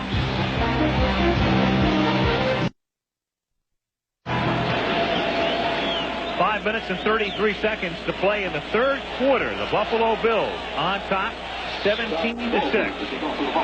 And back to receive Bud Brown is number 43, but the guy they want to get the ball to, at least Miami, is Joe Cribbs, number 20. You know, Norwood doesn't get much distance on his kickoffs, so look what the Bills have resorted to, actually having to hold the ball at an angle back there so he can get at least a lot of height on it. Good look at it there. The T won't hold it with the ball laying back that far, so one of the Bills has to hold it for Norwood. Sherman Cockcroft kick comes down to the 6. Cribbs. And the former Bill takes it back out to the 27-yard line and throws an elbow into the stomach of Butch Rolls. Just as an aside to that, Dan, too, when you have a holder there, Norwood is considered taken out of the coverage, so is the holder. So you really come up with a little bit of a sacrifice when you use a holder on a kickoff. We'll be back.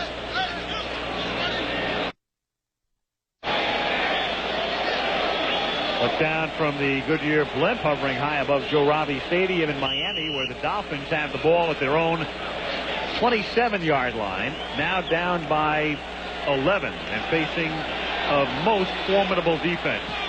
Buffalo right up there with Chicago in the very elite defensively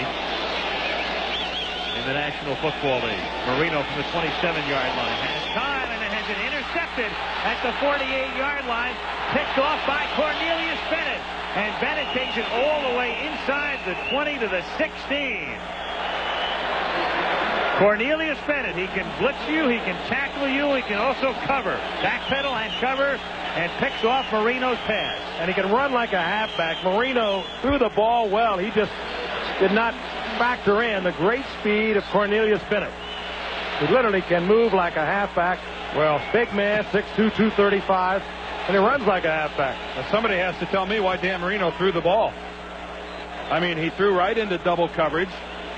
Cornelius Bennett is, I don't even know how Marino could see Edmonds.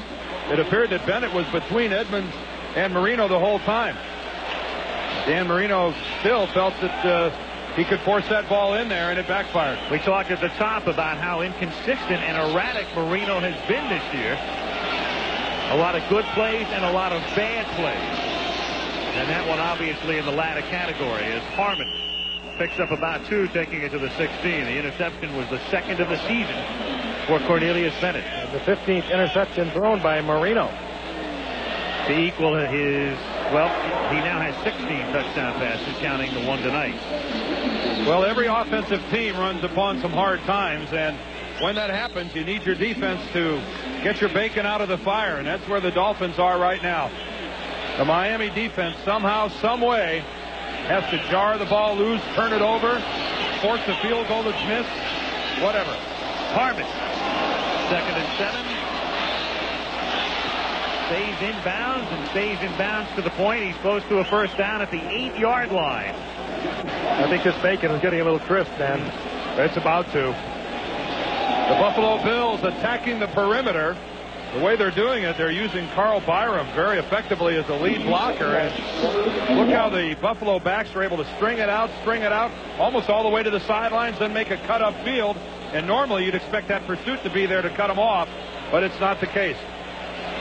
Third and inches now at the 8. And if you look at the Dolphin defense, they're starting to look to me like a group that's starting to get a little bit worked over. And on 3rd and inches, Buffalo takes a timeout. They take the first of the half. 3:48 to go, third quarter. 17-6 Bills.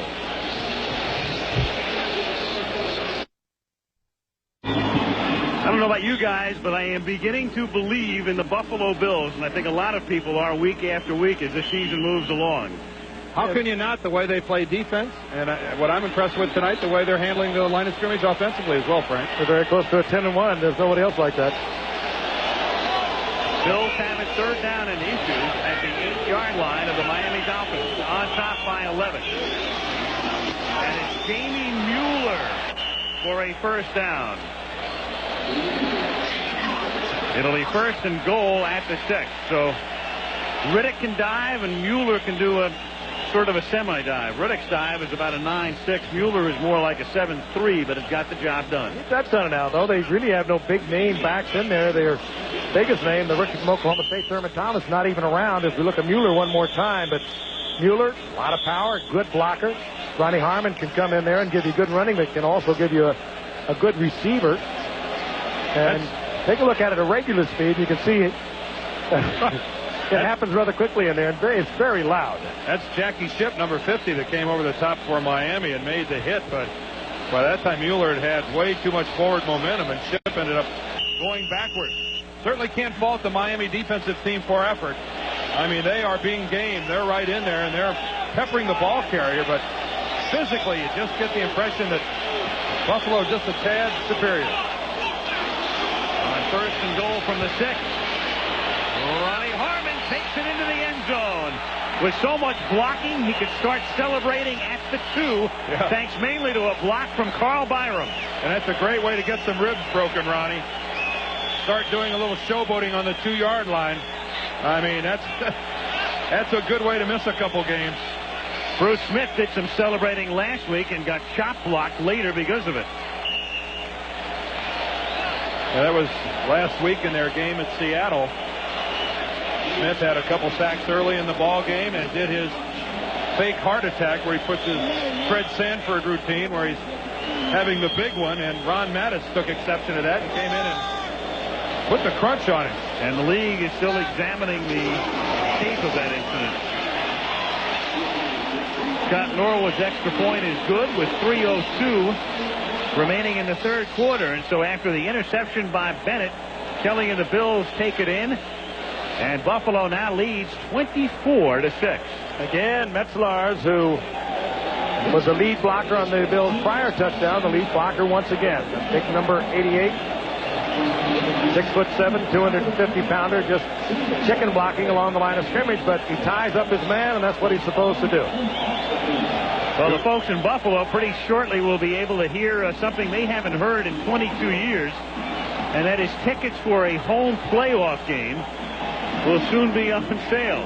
They have not played a home playoff game since the 1966 season. The last time they played a home playoff game, had they won the game against Kansas City, they would have gone to Super Bowl I, but they lost it. They've got some excitement going up there now, and you were talking about the playoff situation, home field and all of that, and their duel with Cincinnati. Well, they will play Cincinnati in 2 weeks, and of course the first tiebreaker will be head-and-head.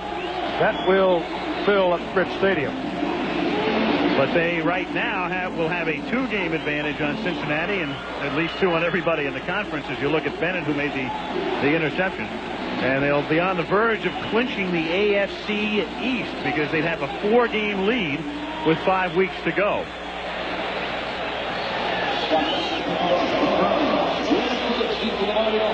Norwood kick into the arms of Cribbs from the 4. Out to the 25, and we talked about that shot block last week on Bruce Smith in the Seattle game. And the situation was this. This is about halfway through the second quarter of last week's game. There's Bruce Smith on the left, being fronted up by number 65, Edwin Bailey. Watch from the left. There's Ron Mattis, the left tackle, who had been beaten a couple times by Smith in the first quarter. Came in with that illegal chop block. If one lineman has contact with a defensive lineman, you cannot come in and hit below the waist. That drew a 15-yard unsportsmanlike conduct penalty. The Bills sent it into the league, filing a protest. The league has it under advisement and won't rule until next week, we're told. Davenport, gain of 2. That was the type of play, of course, that has ended a few careers. And it is a play that 10 years ago was perfectly legal. It could be done by an offensive lineman. It could be done by a running back. And there were so many defensive linemen getting knee injuries that the league justifiably and rightfully so went ahead and outlawed the rule. And Roy Foster that time. There's enough that goes on in there without having that happen. Yeah, I mean, that's really blatant. But, you know, that's the kind of spotlight that you're in when you're the talent and the caliber of a player like Bruce Smith.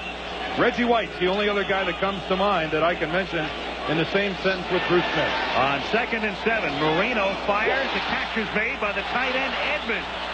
And Kelso tackles him after Edmonds barrels him over at the 46-yard line. So the Dolphins cross midfield and a first down with under 2 minutes to play in the third period. Kelso, sort of the classic overachiever, but he has turned into a fine safety man for these Bills.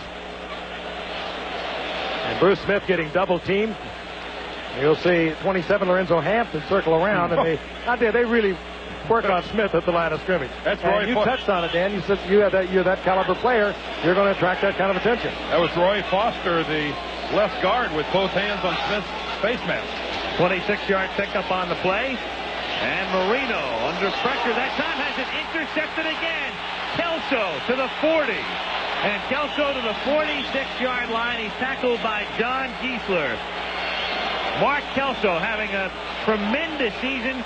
That's his 7th interception of the year. He runs the show back there.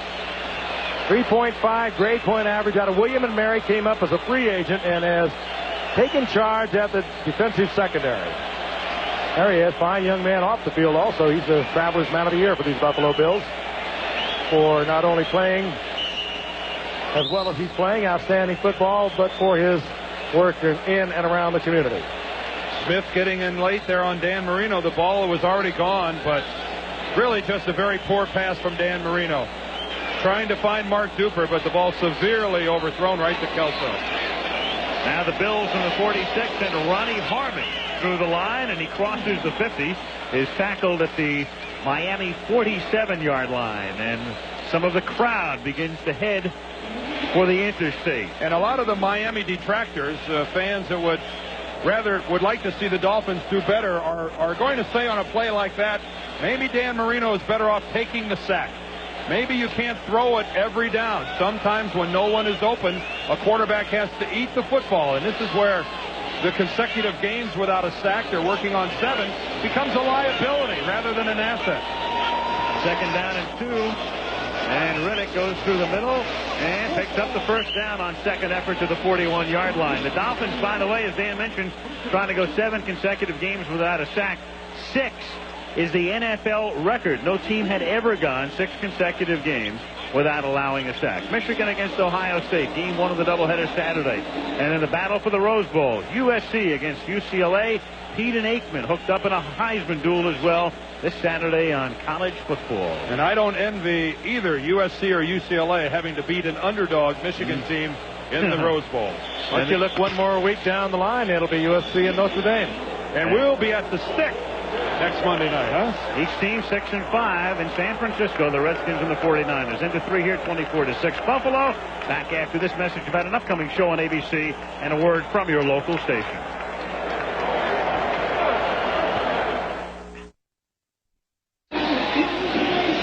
Goodyear Blimp Enterprise looking down into Joe Robbie Stadium as we start the 4th quarter. Al Michaels along with Frank Gifford and Dan Deerdorf and the Buffalo Bills have a 1st and 10 at the Miami 41-yard line. They lead 24-6. And Harmon is moved from up above. Net him about 2 as he takes it to the 39-yard line. He is tackled by Hugh Green. Hugh Green making a comeback. He had a severe knee injury 2 years ago. He's lost a little bit of his mobility. A sensational player in college. He was 2nd in the Heisman balloting in 1980 to George Rogers. Played with Tampa Bay and now finishing up his career with Miami. Started that career a teammate of Marino's at Pittsburgh. 2nd and 8. Riddick to the outside. And knocked out of bounds by Hobley after Kolek made the initial hit. And we're seeing one thing that's really benefiting the Buffalo Bills, and that is with the type of lead they have in the AFC East and the way their defense is always keeping them in a ball game, they're getting an opportunity to work repeatedly on their running game.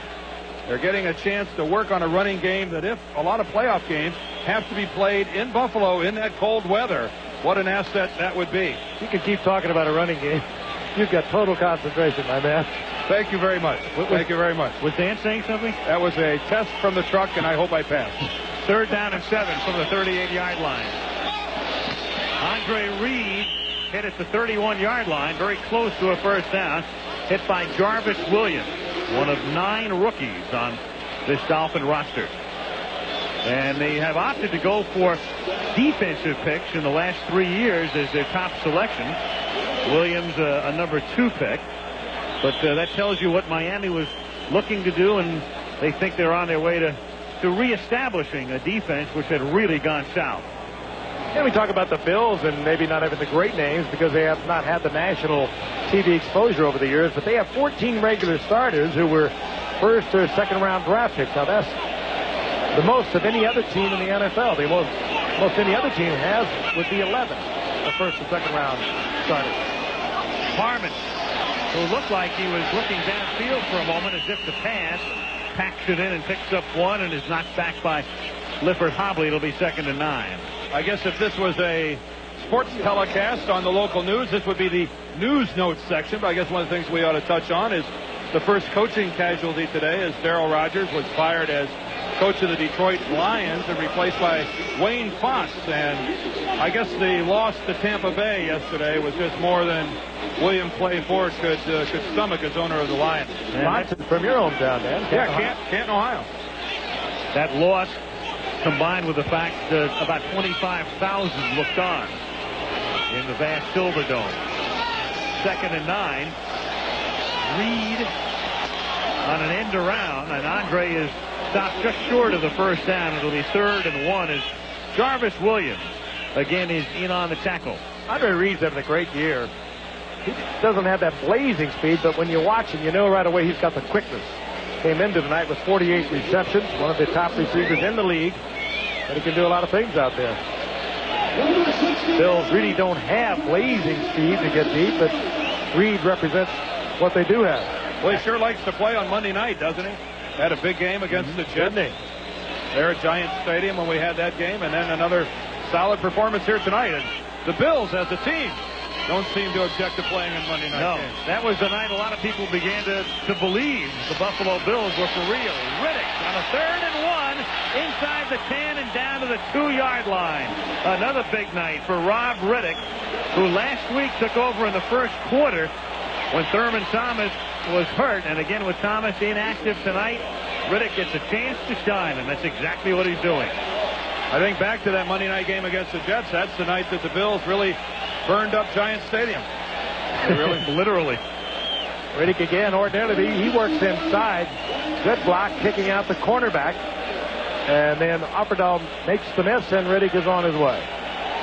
And we're really seeing a game, but at this point, demoralized Dolphin defense. They did their part early. Here's Riddick looking for another touchdown, and he gets it. Rob Riddick, up among the league leaders in scoring, has now put it in the end zone for the 10th time this season, and only Greg Bell has scored more touchdowns in 1988. He has 13. Bell of the Rams and a former Bill, ironically. But at least Bell has done it with a lot more yardage in carrying the football. Riddick now has 10 touchdowns and fewer than 200 yards rushing as a yearly total. Or if he's over 200, it's barely. We'll get a yearly total for him. He had 167, I believe, coming into tonight's ball game.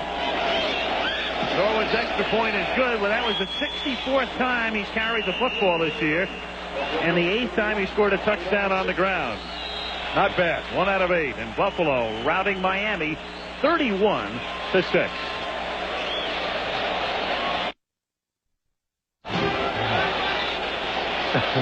In Miami, Buffalo on top 31-6 with 11 minutes and 44 seconds to play. A rapidly emptying Joe Robbie Stadium. They came up about 3,000 shy of a sellout, so the game is blacked out here in Miami. And about half the crowd has departed because the Bills lead by 25. Last time Buffalo appeared on a Monday night game, they routed the Jets 37-14 last month. Short kick, Cribbs takes it at the 11-yard line. And Joe brings it back out to the 26. Coming up later on Nightline, the Palestinian Parliament in exile has proclaimed an independent state, and for the first time is recognizing Israel's right to exist. Will that help the peace process or heighten tension in the region? That's the subject matter tonight on Nightline. And again, a reminder, more than 50 million watched last night, the opening night of War and Remembrance here on ABC. Part 2 tomorrow, 8 Eastern, 7 Central and Mountain. War and Remembrance. That's when you don't want to miss. 30 hours. Robert Mitchell is turning into Pug Henry. From the 26-yard line, Dan Marino on first down is juggled and then dropped by Troy Stratford. And I think Bruce Smith is going to get a roughing the passer, Al. And he is. Yep, he came into Dan Marino late.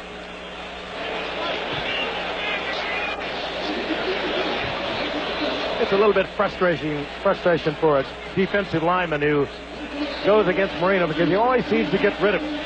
Remember the new rule, you only get one step in going after the quarterback, and from that other angle we got a good look that Bruce Smith took at least 3 steps before he made contact with the quarterback, and that's just the automatic call. That's all that referee is doing, is standing behind the quarterback.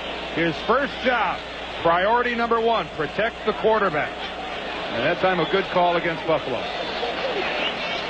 Bruce has been there all night long, but just as Marino has been releasing the ball, and that time he just couldn't hold it back.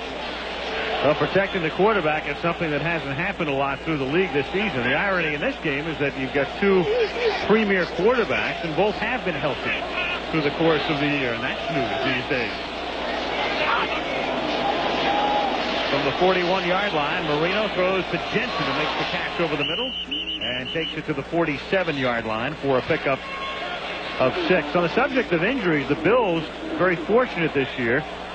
They haven't had that many key injuries, and they've had 16 players who started every game this year. And that's an extraordinarily large number. Marino nearly has has it picked off again. He's already had 2 intercepted in this half and nearly a third as Wayne Davis couldn't handle it. Let's take a guess, everybody at the same time. Who do you think might have been in Dan Marino's face? George Smith's son, Bruce. BS. How about number 78, Bruce Smith, who takes him to the ground, and again, Dan throwing backwards, got lucky that time and avoided the interception. Family looking on up at Norfolk. If you were with us at halftime, you know his father has not been well, but we talked with Bruce earlier this evening. He's doing fine, and he's watching tonight. He's watching his son put on quite a show. On 3rd and 4 from the 47, Marino finds the open man. That's Freddie Banks. His second catch of the night is good for a first down, and the flag is down at the 33-yard line. And this one was in the vicinity, I believe, of Mark Clayton, and it looks like we may get an offensive interference.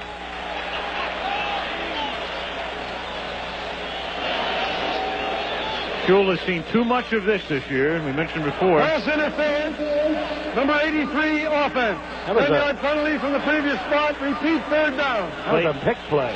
More than a real good look. A real good look at a pick.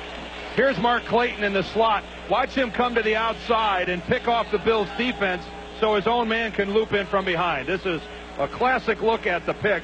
There comes Clayton to the inside, picks off Kirby Jackson, the defender, and allowing Freddie Banks to get loose to the inside. That is a no-no, and a good job of the officials seeing it. And that wipes out a 19-yard gain and makes it 3rd down and 14 for Miami from their own 37. 10.5 minutes to go.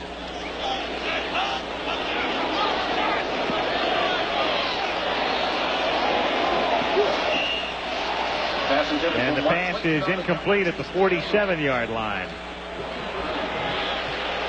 You have to wonder if the constant pressure by the Bill defense in Dan Marino's face all night long isn't even affecting the way he's throwing when he's not rushed. Looks like Dan is off balance, throwing from the side. Just not the normal trajectory and accuracy that we expect of Dan Marino. And, you know, it's tough for this guy. Because of his success, he's really forced to live up to a different set of standards than any other quarterback in this league. Reggie Roby, fielded by Flip Johnson, who runs into his own man. And then Flip is taken down by Edmonds, and there's another penalty marker. Tackle made at the 18-yard line. Gordon McCarter has been a busy man tonight.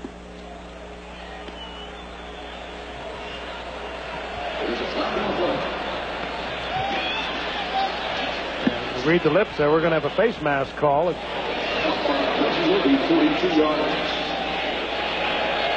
Farrell Edmonds hustling down there for Miami, but getting the hand on the face mask. Wrong side, Gordon. 5-yard face mask committed against the runner. 5 yards from the spot of the foul. First down. Now he gets it straight. Here's reverse angle. That's Farrell Edmonds. And let's see, does he get a hold of the face mask of Flip Johnson? He certainly gives it a good effort. Got to understand, though, that he can't see that. That's strictly by feel. And that is clearly an inadvertent face mask. But it does feel like a face mask. Yeah, especially if you're Flip Johnson. So they start now from the 24-yard line, and there are the Bills in the second half. Touchdown, touchdown, touchdown. 2 of those drives starting after interceptions. Harmon, who lost 24 yards on a running play against Chicago earlier this season, was not looking to duplicate that feat, but almost did. Al, I want to tell you, you are the most prepared play-by-play man in the business, because you start telling us a story about this before he's even down yet. You are venturing into new ground. Almost before the handoff. I'm going home. Man, are you on top of this? Interesting to add to that, the Bills had 24 yards rushing when Harmon lost 24 yards. And they broke even in the only game they lost 24-3 to the Bears.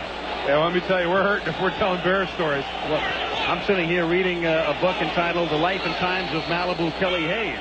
2nd and 14 from the 20-yard line as Riddick gets stopped for no gain. That's a coloring book, isn't it, Al?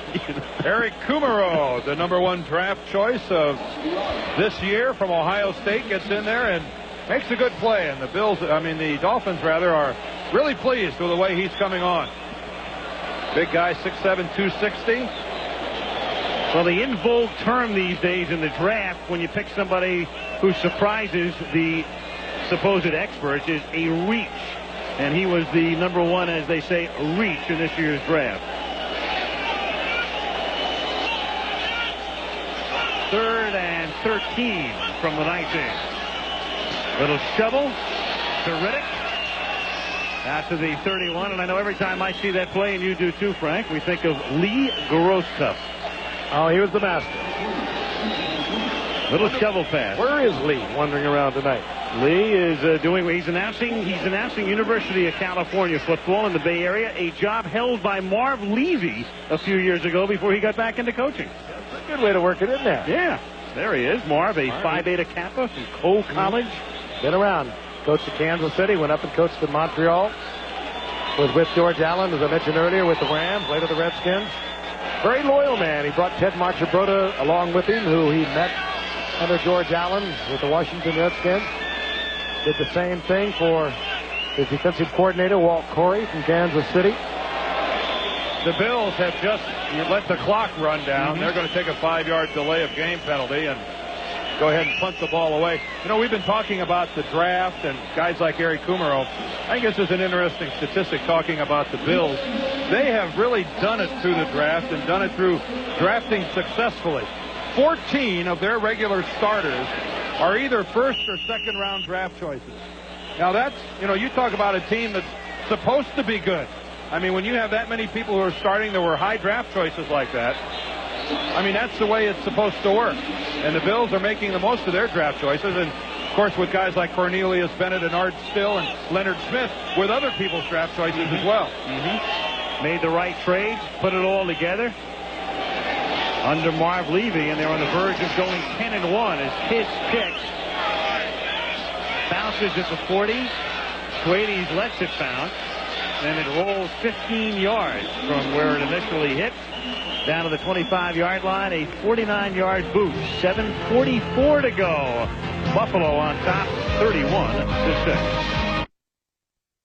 In favor of the Bills, they had the ball. Miami appeared to have recovered a fumble, but it was ruled that Mueller was being tackled on the play in an attempt to recover the fumble. That kept possession for Buffalo. They were able to take it in for a touchdown, and if there's a key play in this game tonight, that's the one. And what are the odds of Don Shula being on the phone to Art McNally, the head of the NFL officiating crews, tomorrow morning, bright and early? Art, I know you're listening. Get in early because the first call is going to be from Shula. It could be a 24-hour hotline. That'll be an incomplete pass. There's a little shovel there. It's incomplete.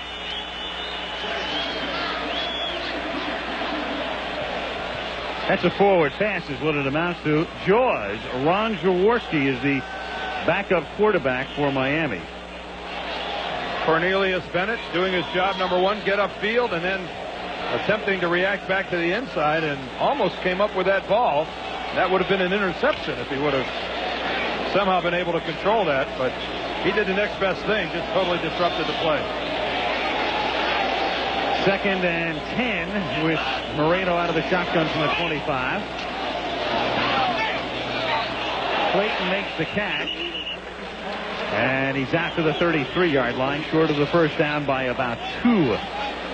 Big year for Mark Clayton. What a catch it was. Thrown behind him, put the hand out, and pulled it in with one hand. And the Dolphins going to the hurry-up offense, the no huddle. 3rd and 2 from the 33.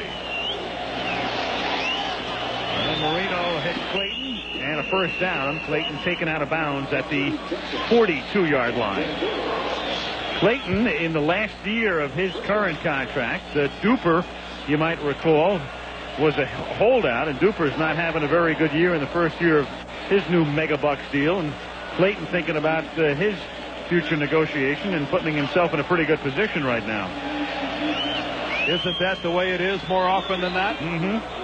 Whether the sport be football or baseball or whatever, there seems to be that element of hunger that drives you to the better performances when you know that it's going to have a direct relationship to what kind of a contract you get. Cooper has only caught one touchdown pass this season, which is pretty amazing when you think about the fact you're a wide receiver on a team with Dan Marino. Clayton, on the other hand, has caught 7.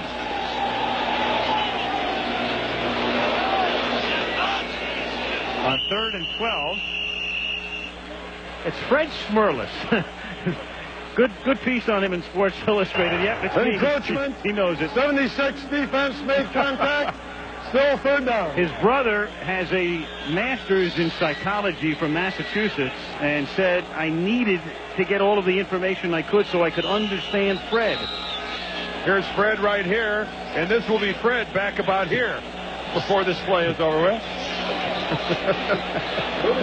Hey, he has gone to 4 Pro Bowls, but the last time he went was back in 1983. But he is playing Pro Bowl ball once again. Rejuvenated, Fred Schmerlis. A wild and crazy guy, as they say. 3rd and 7. And the catch is made out at the 40-yard line by Freddie Banks. For a first down. 3rd catch of the night for Banks. You talked about Cooper only having the 1 touchdown.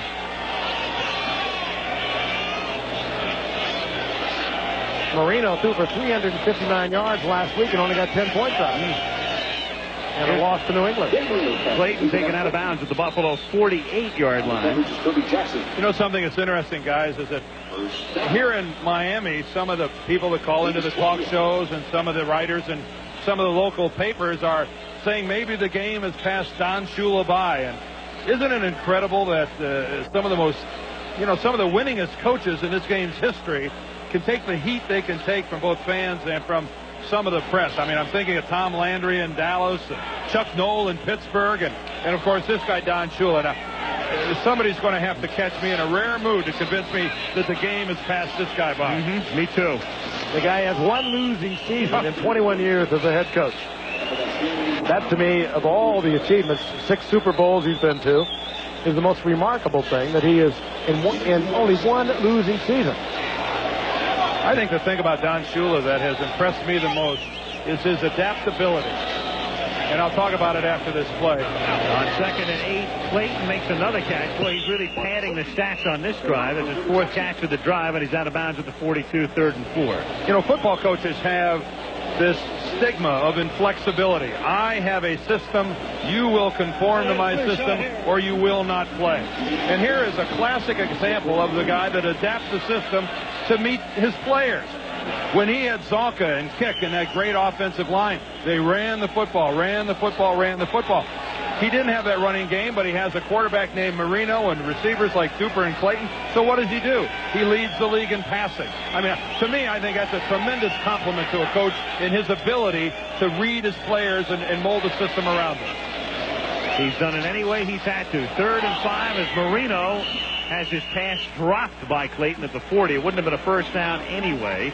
It'll be 4th down, and they'll go for it. 4th and 5 at the 43-yard line. There are the numbers. Again, Marino, as we mentioned at the outset, his numbers very good. 3,008 yards in 11 games, 16 touchdowns, 57%. He's had 4 3,000-yard seasons now, but it's been a very erratic year for Marino, and in a way, tonight's game is his year in microcosm. For a quarterback of Marino's caliber to have the same number of interceptions as touchdown passes is not good. A quarterback of Dan's capability should have a 2-to-1 ratio, touchdown passes to interceptions. And he normally does. On 4th and 5. And it's picked off by Shane Conlon, the 3rd intercept for the Buffalo Bills. Again, Marino just trying to get rid of it. And, of course, down 31-6. You can excuse that one. Spectacular catch by Conlon. It was maybe the best catch of the night. Trumaine Johnson made one coming over the middle for Buffalo that sticks in my mind. But watch this.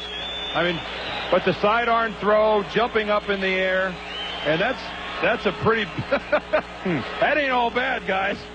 Little one-handed stab by Shane Conlon. He'll find himself on the short yardage team. And that's Conlon's first career interception. Second year out of Penn State. What a collection of talent on that defensive unit. Conlon, the first-round draft pick a year ago. Got Cornelius Bennett over on the other side. Bruce Smith, we've been watching all night long. Meanwhile, the new quarterback is Frank Reich, as Kelly has done for the night after a good night, and Harmon, who's had a good night as well.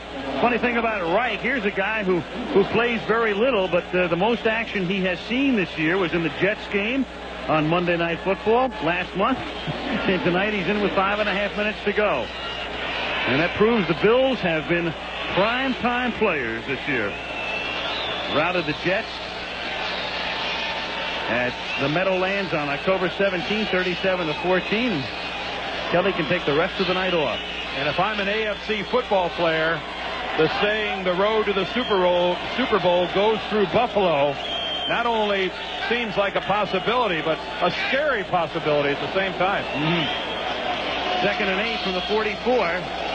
And you got to figure that the Bills are going to be very strong, because when you get on the kinds of fields you, in all probability, will have the kind of weather you get in the Northeast, late December, early January, you need a running game. Let's take a look at the remaining games there. They play the Jets next week at home. Then the game at Cincinnati. That's a big game, but if they keep it up, they'll have a 2-game cushion going in. They will after tonight's victory as well. And at Tampa Bay, Raiders in Buffalo, and under the dome at Indianapolis.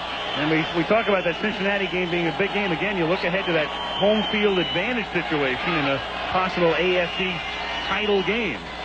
Think NBC would let us do the game on Monday night? 3rd and 4. Riddick. Good move by Riddick to stay in bounds.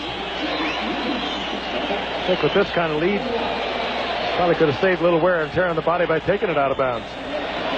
Well, the only loss, and that picture says it all, Marino, anguish, well, semi-anguish. On the left, but you get the point, and the other guy celebrating on the right, Kelly. Class of 83, along with John Elway, Kenny O'Brien, Todd Blackledge, Kelly and Marino.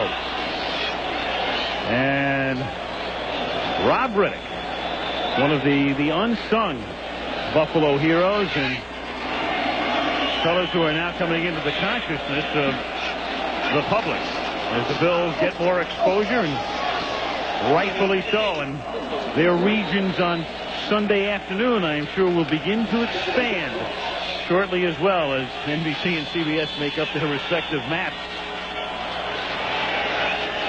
2nd down and 7 from the 36-yard line.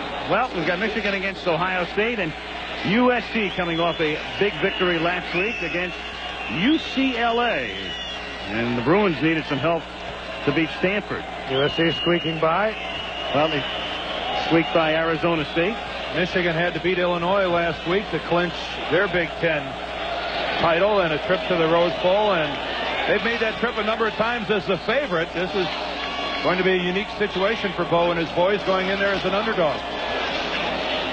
Through the middle goes Byram. You're going to be there Saturday, Dan, for the Ohio State game? I may venture over to Columbus to catch that thing before we head to San Francisco.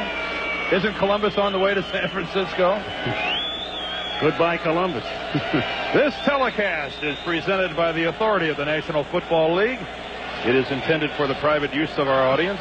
Any rebroadcast or any other use of this telecast without the express written consent of the National Football League is strictly prohibited. Well done. Thank you. I didn't know that. And I'm leaving. Good night. Ta-ta. 2 minutes to go. 31-6. For the forgetful football player.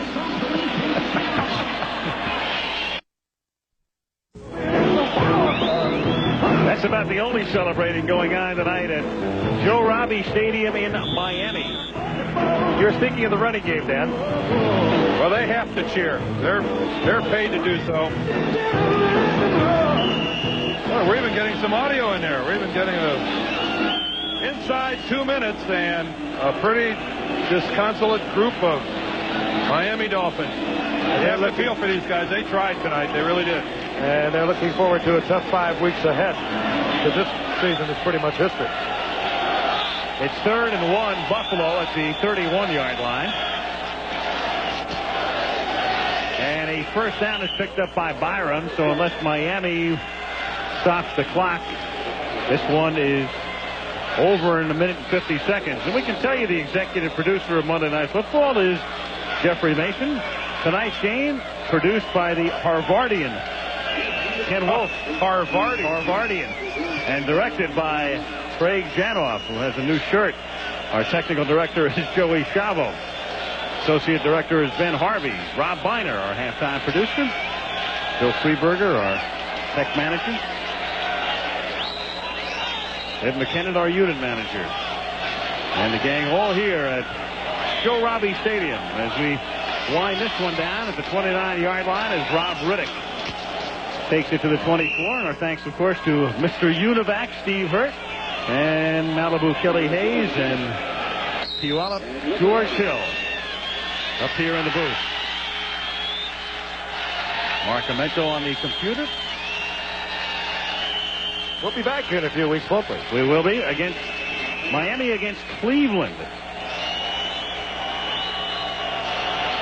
How about the thrashing the Dogs took yesterday out at Mile High in Denver? How do you figure that? 30-0 at the half.